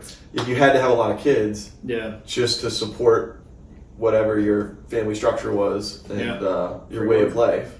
No. Now, it's like where having kids is kind of more of a luxury. Yeah. Or a burden, some people, and I don't agree with that, but Yeah. because all of our immediate needs are met. Like, there's way fewer people. I was listening to a podcast. There's Jordan Peterson's podcast with a guy. Came out this week. I forget the title of the podcast. If you want to look it up, is "The World Is Not Ending." And It is 7:30. okay, yeah, Well, I always said in terms of when we get to conference. we can go on like 5. Yeah, So you're talking about. yeah. I was about to bore you with it. No. I was just like, oh shit, we got a comedy show 30 minutes. Oh, Yeah, we do. Yeah, basically, all of our needs are met. So, the rate of population growth is slowing. Mm-hmm. And that's a good thing. In some ways, like, because there's a fear amongst the environmentalist groups that, like, overpopulation is a real problem. We're burning too much fossil fuels and, like, we're going to, like, fuck up the earth. But things kind of have a way of, like, Yeah. changing, evolving. Yeah. Like we said, like we had tons of kids before to, support a farm or whatever. Now you wouldn't have that many kids. So, Yeah. and now we have other ways to mass produce food in an efficient way. Yeah. So things are getting better, even though, like, a lot of people have been lifted out of poverty in the last 20 years. A lot. Yeah. Across the whole world. But that doesn't really get talked about. Well, it's just hard to look at things on a global scale because it's positive and negative at the same time. Well, negative So is it's kind what of how you look gets at clicks and news, so, like, positive doesn't get shit. it. Yeah. So, I don't know. It's a fun belief to think that at the end of your life everything was positive and negative is just how you viewed it. Of course, that could be wrong, but it's, It's then again, fun. don't get me wrong. I look at negative shit a lot and get sad, but it's, Yeah. it's a fun ideology to have. Yeah, end of the world. Find the balance. It's fun to think that you're living for the end of the world. Like, if you're living through it. Or it's kind of like an arrogant thought, like, oh my god, look at this. Like, Yeah. and you can go down rabbit holes. Like, I was on a COVID conspiracy rabbit hole. Just like, not that it was a fake, but that, like, this could actually sink us. Yeah.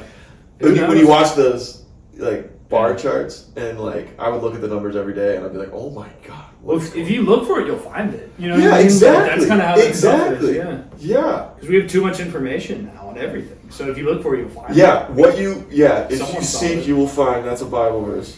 Seek and you'll find. Like, Yeah. look, what you're looking for, you're gonna find it. Yeah. Hey, if you want to know why people smoke pot, this is a pretty good reason why. This is I mean, yeah, like, you start thinking too hard, but Yeah. I don't know, man. At the end of the day, you do what you can. That's it. And just understand if you can't do it, let it go. Yeah, That's how I look at it. for sure, man. Well, dude, we can get to this mic, but Yeah. I'm so sorry the audio cut out. No. I'm sorry. If anybody's still listening and it sounds like shit, sorry. We love you. We do. We love you dearly. Mm-hmm.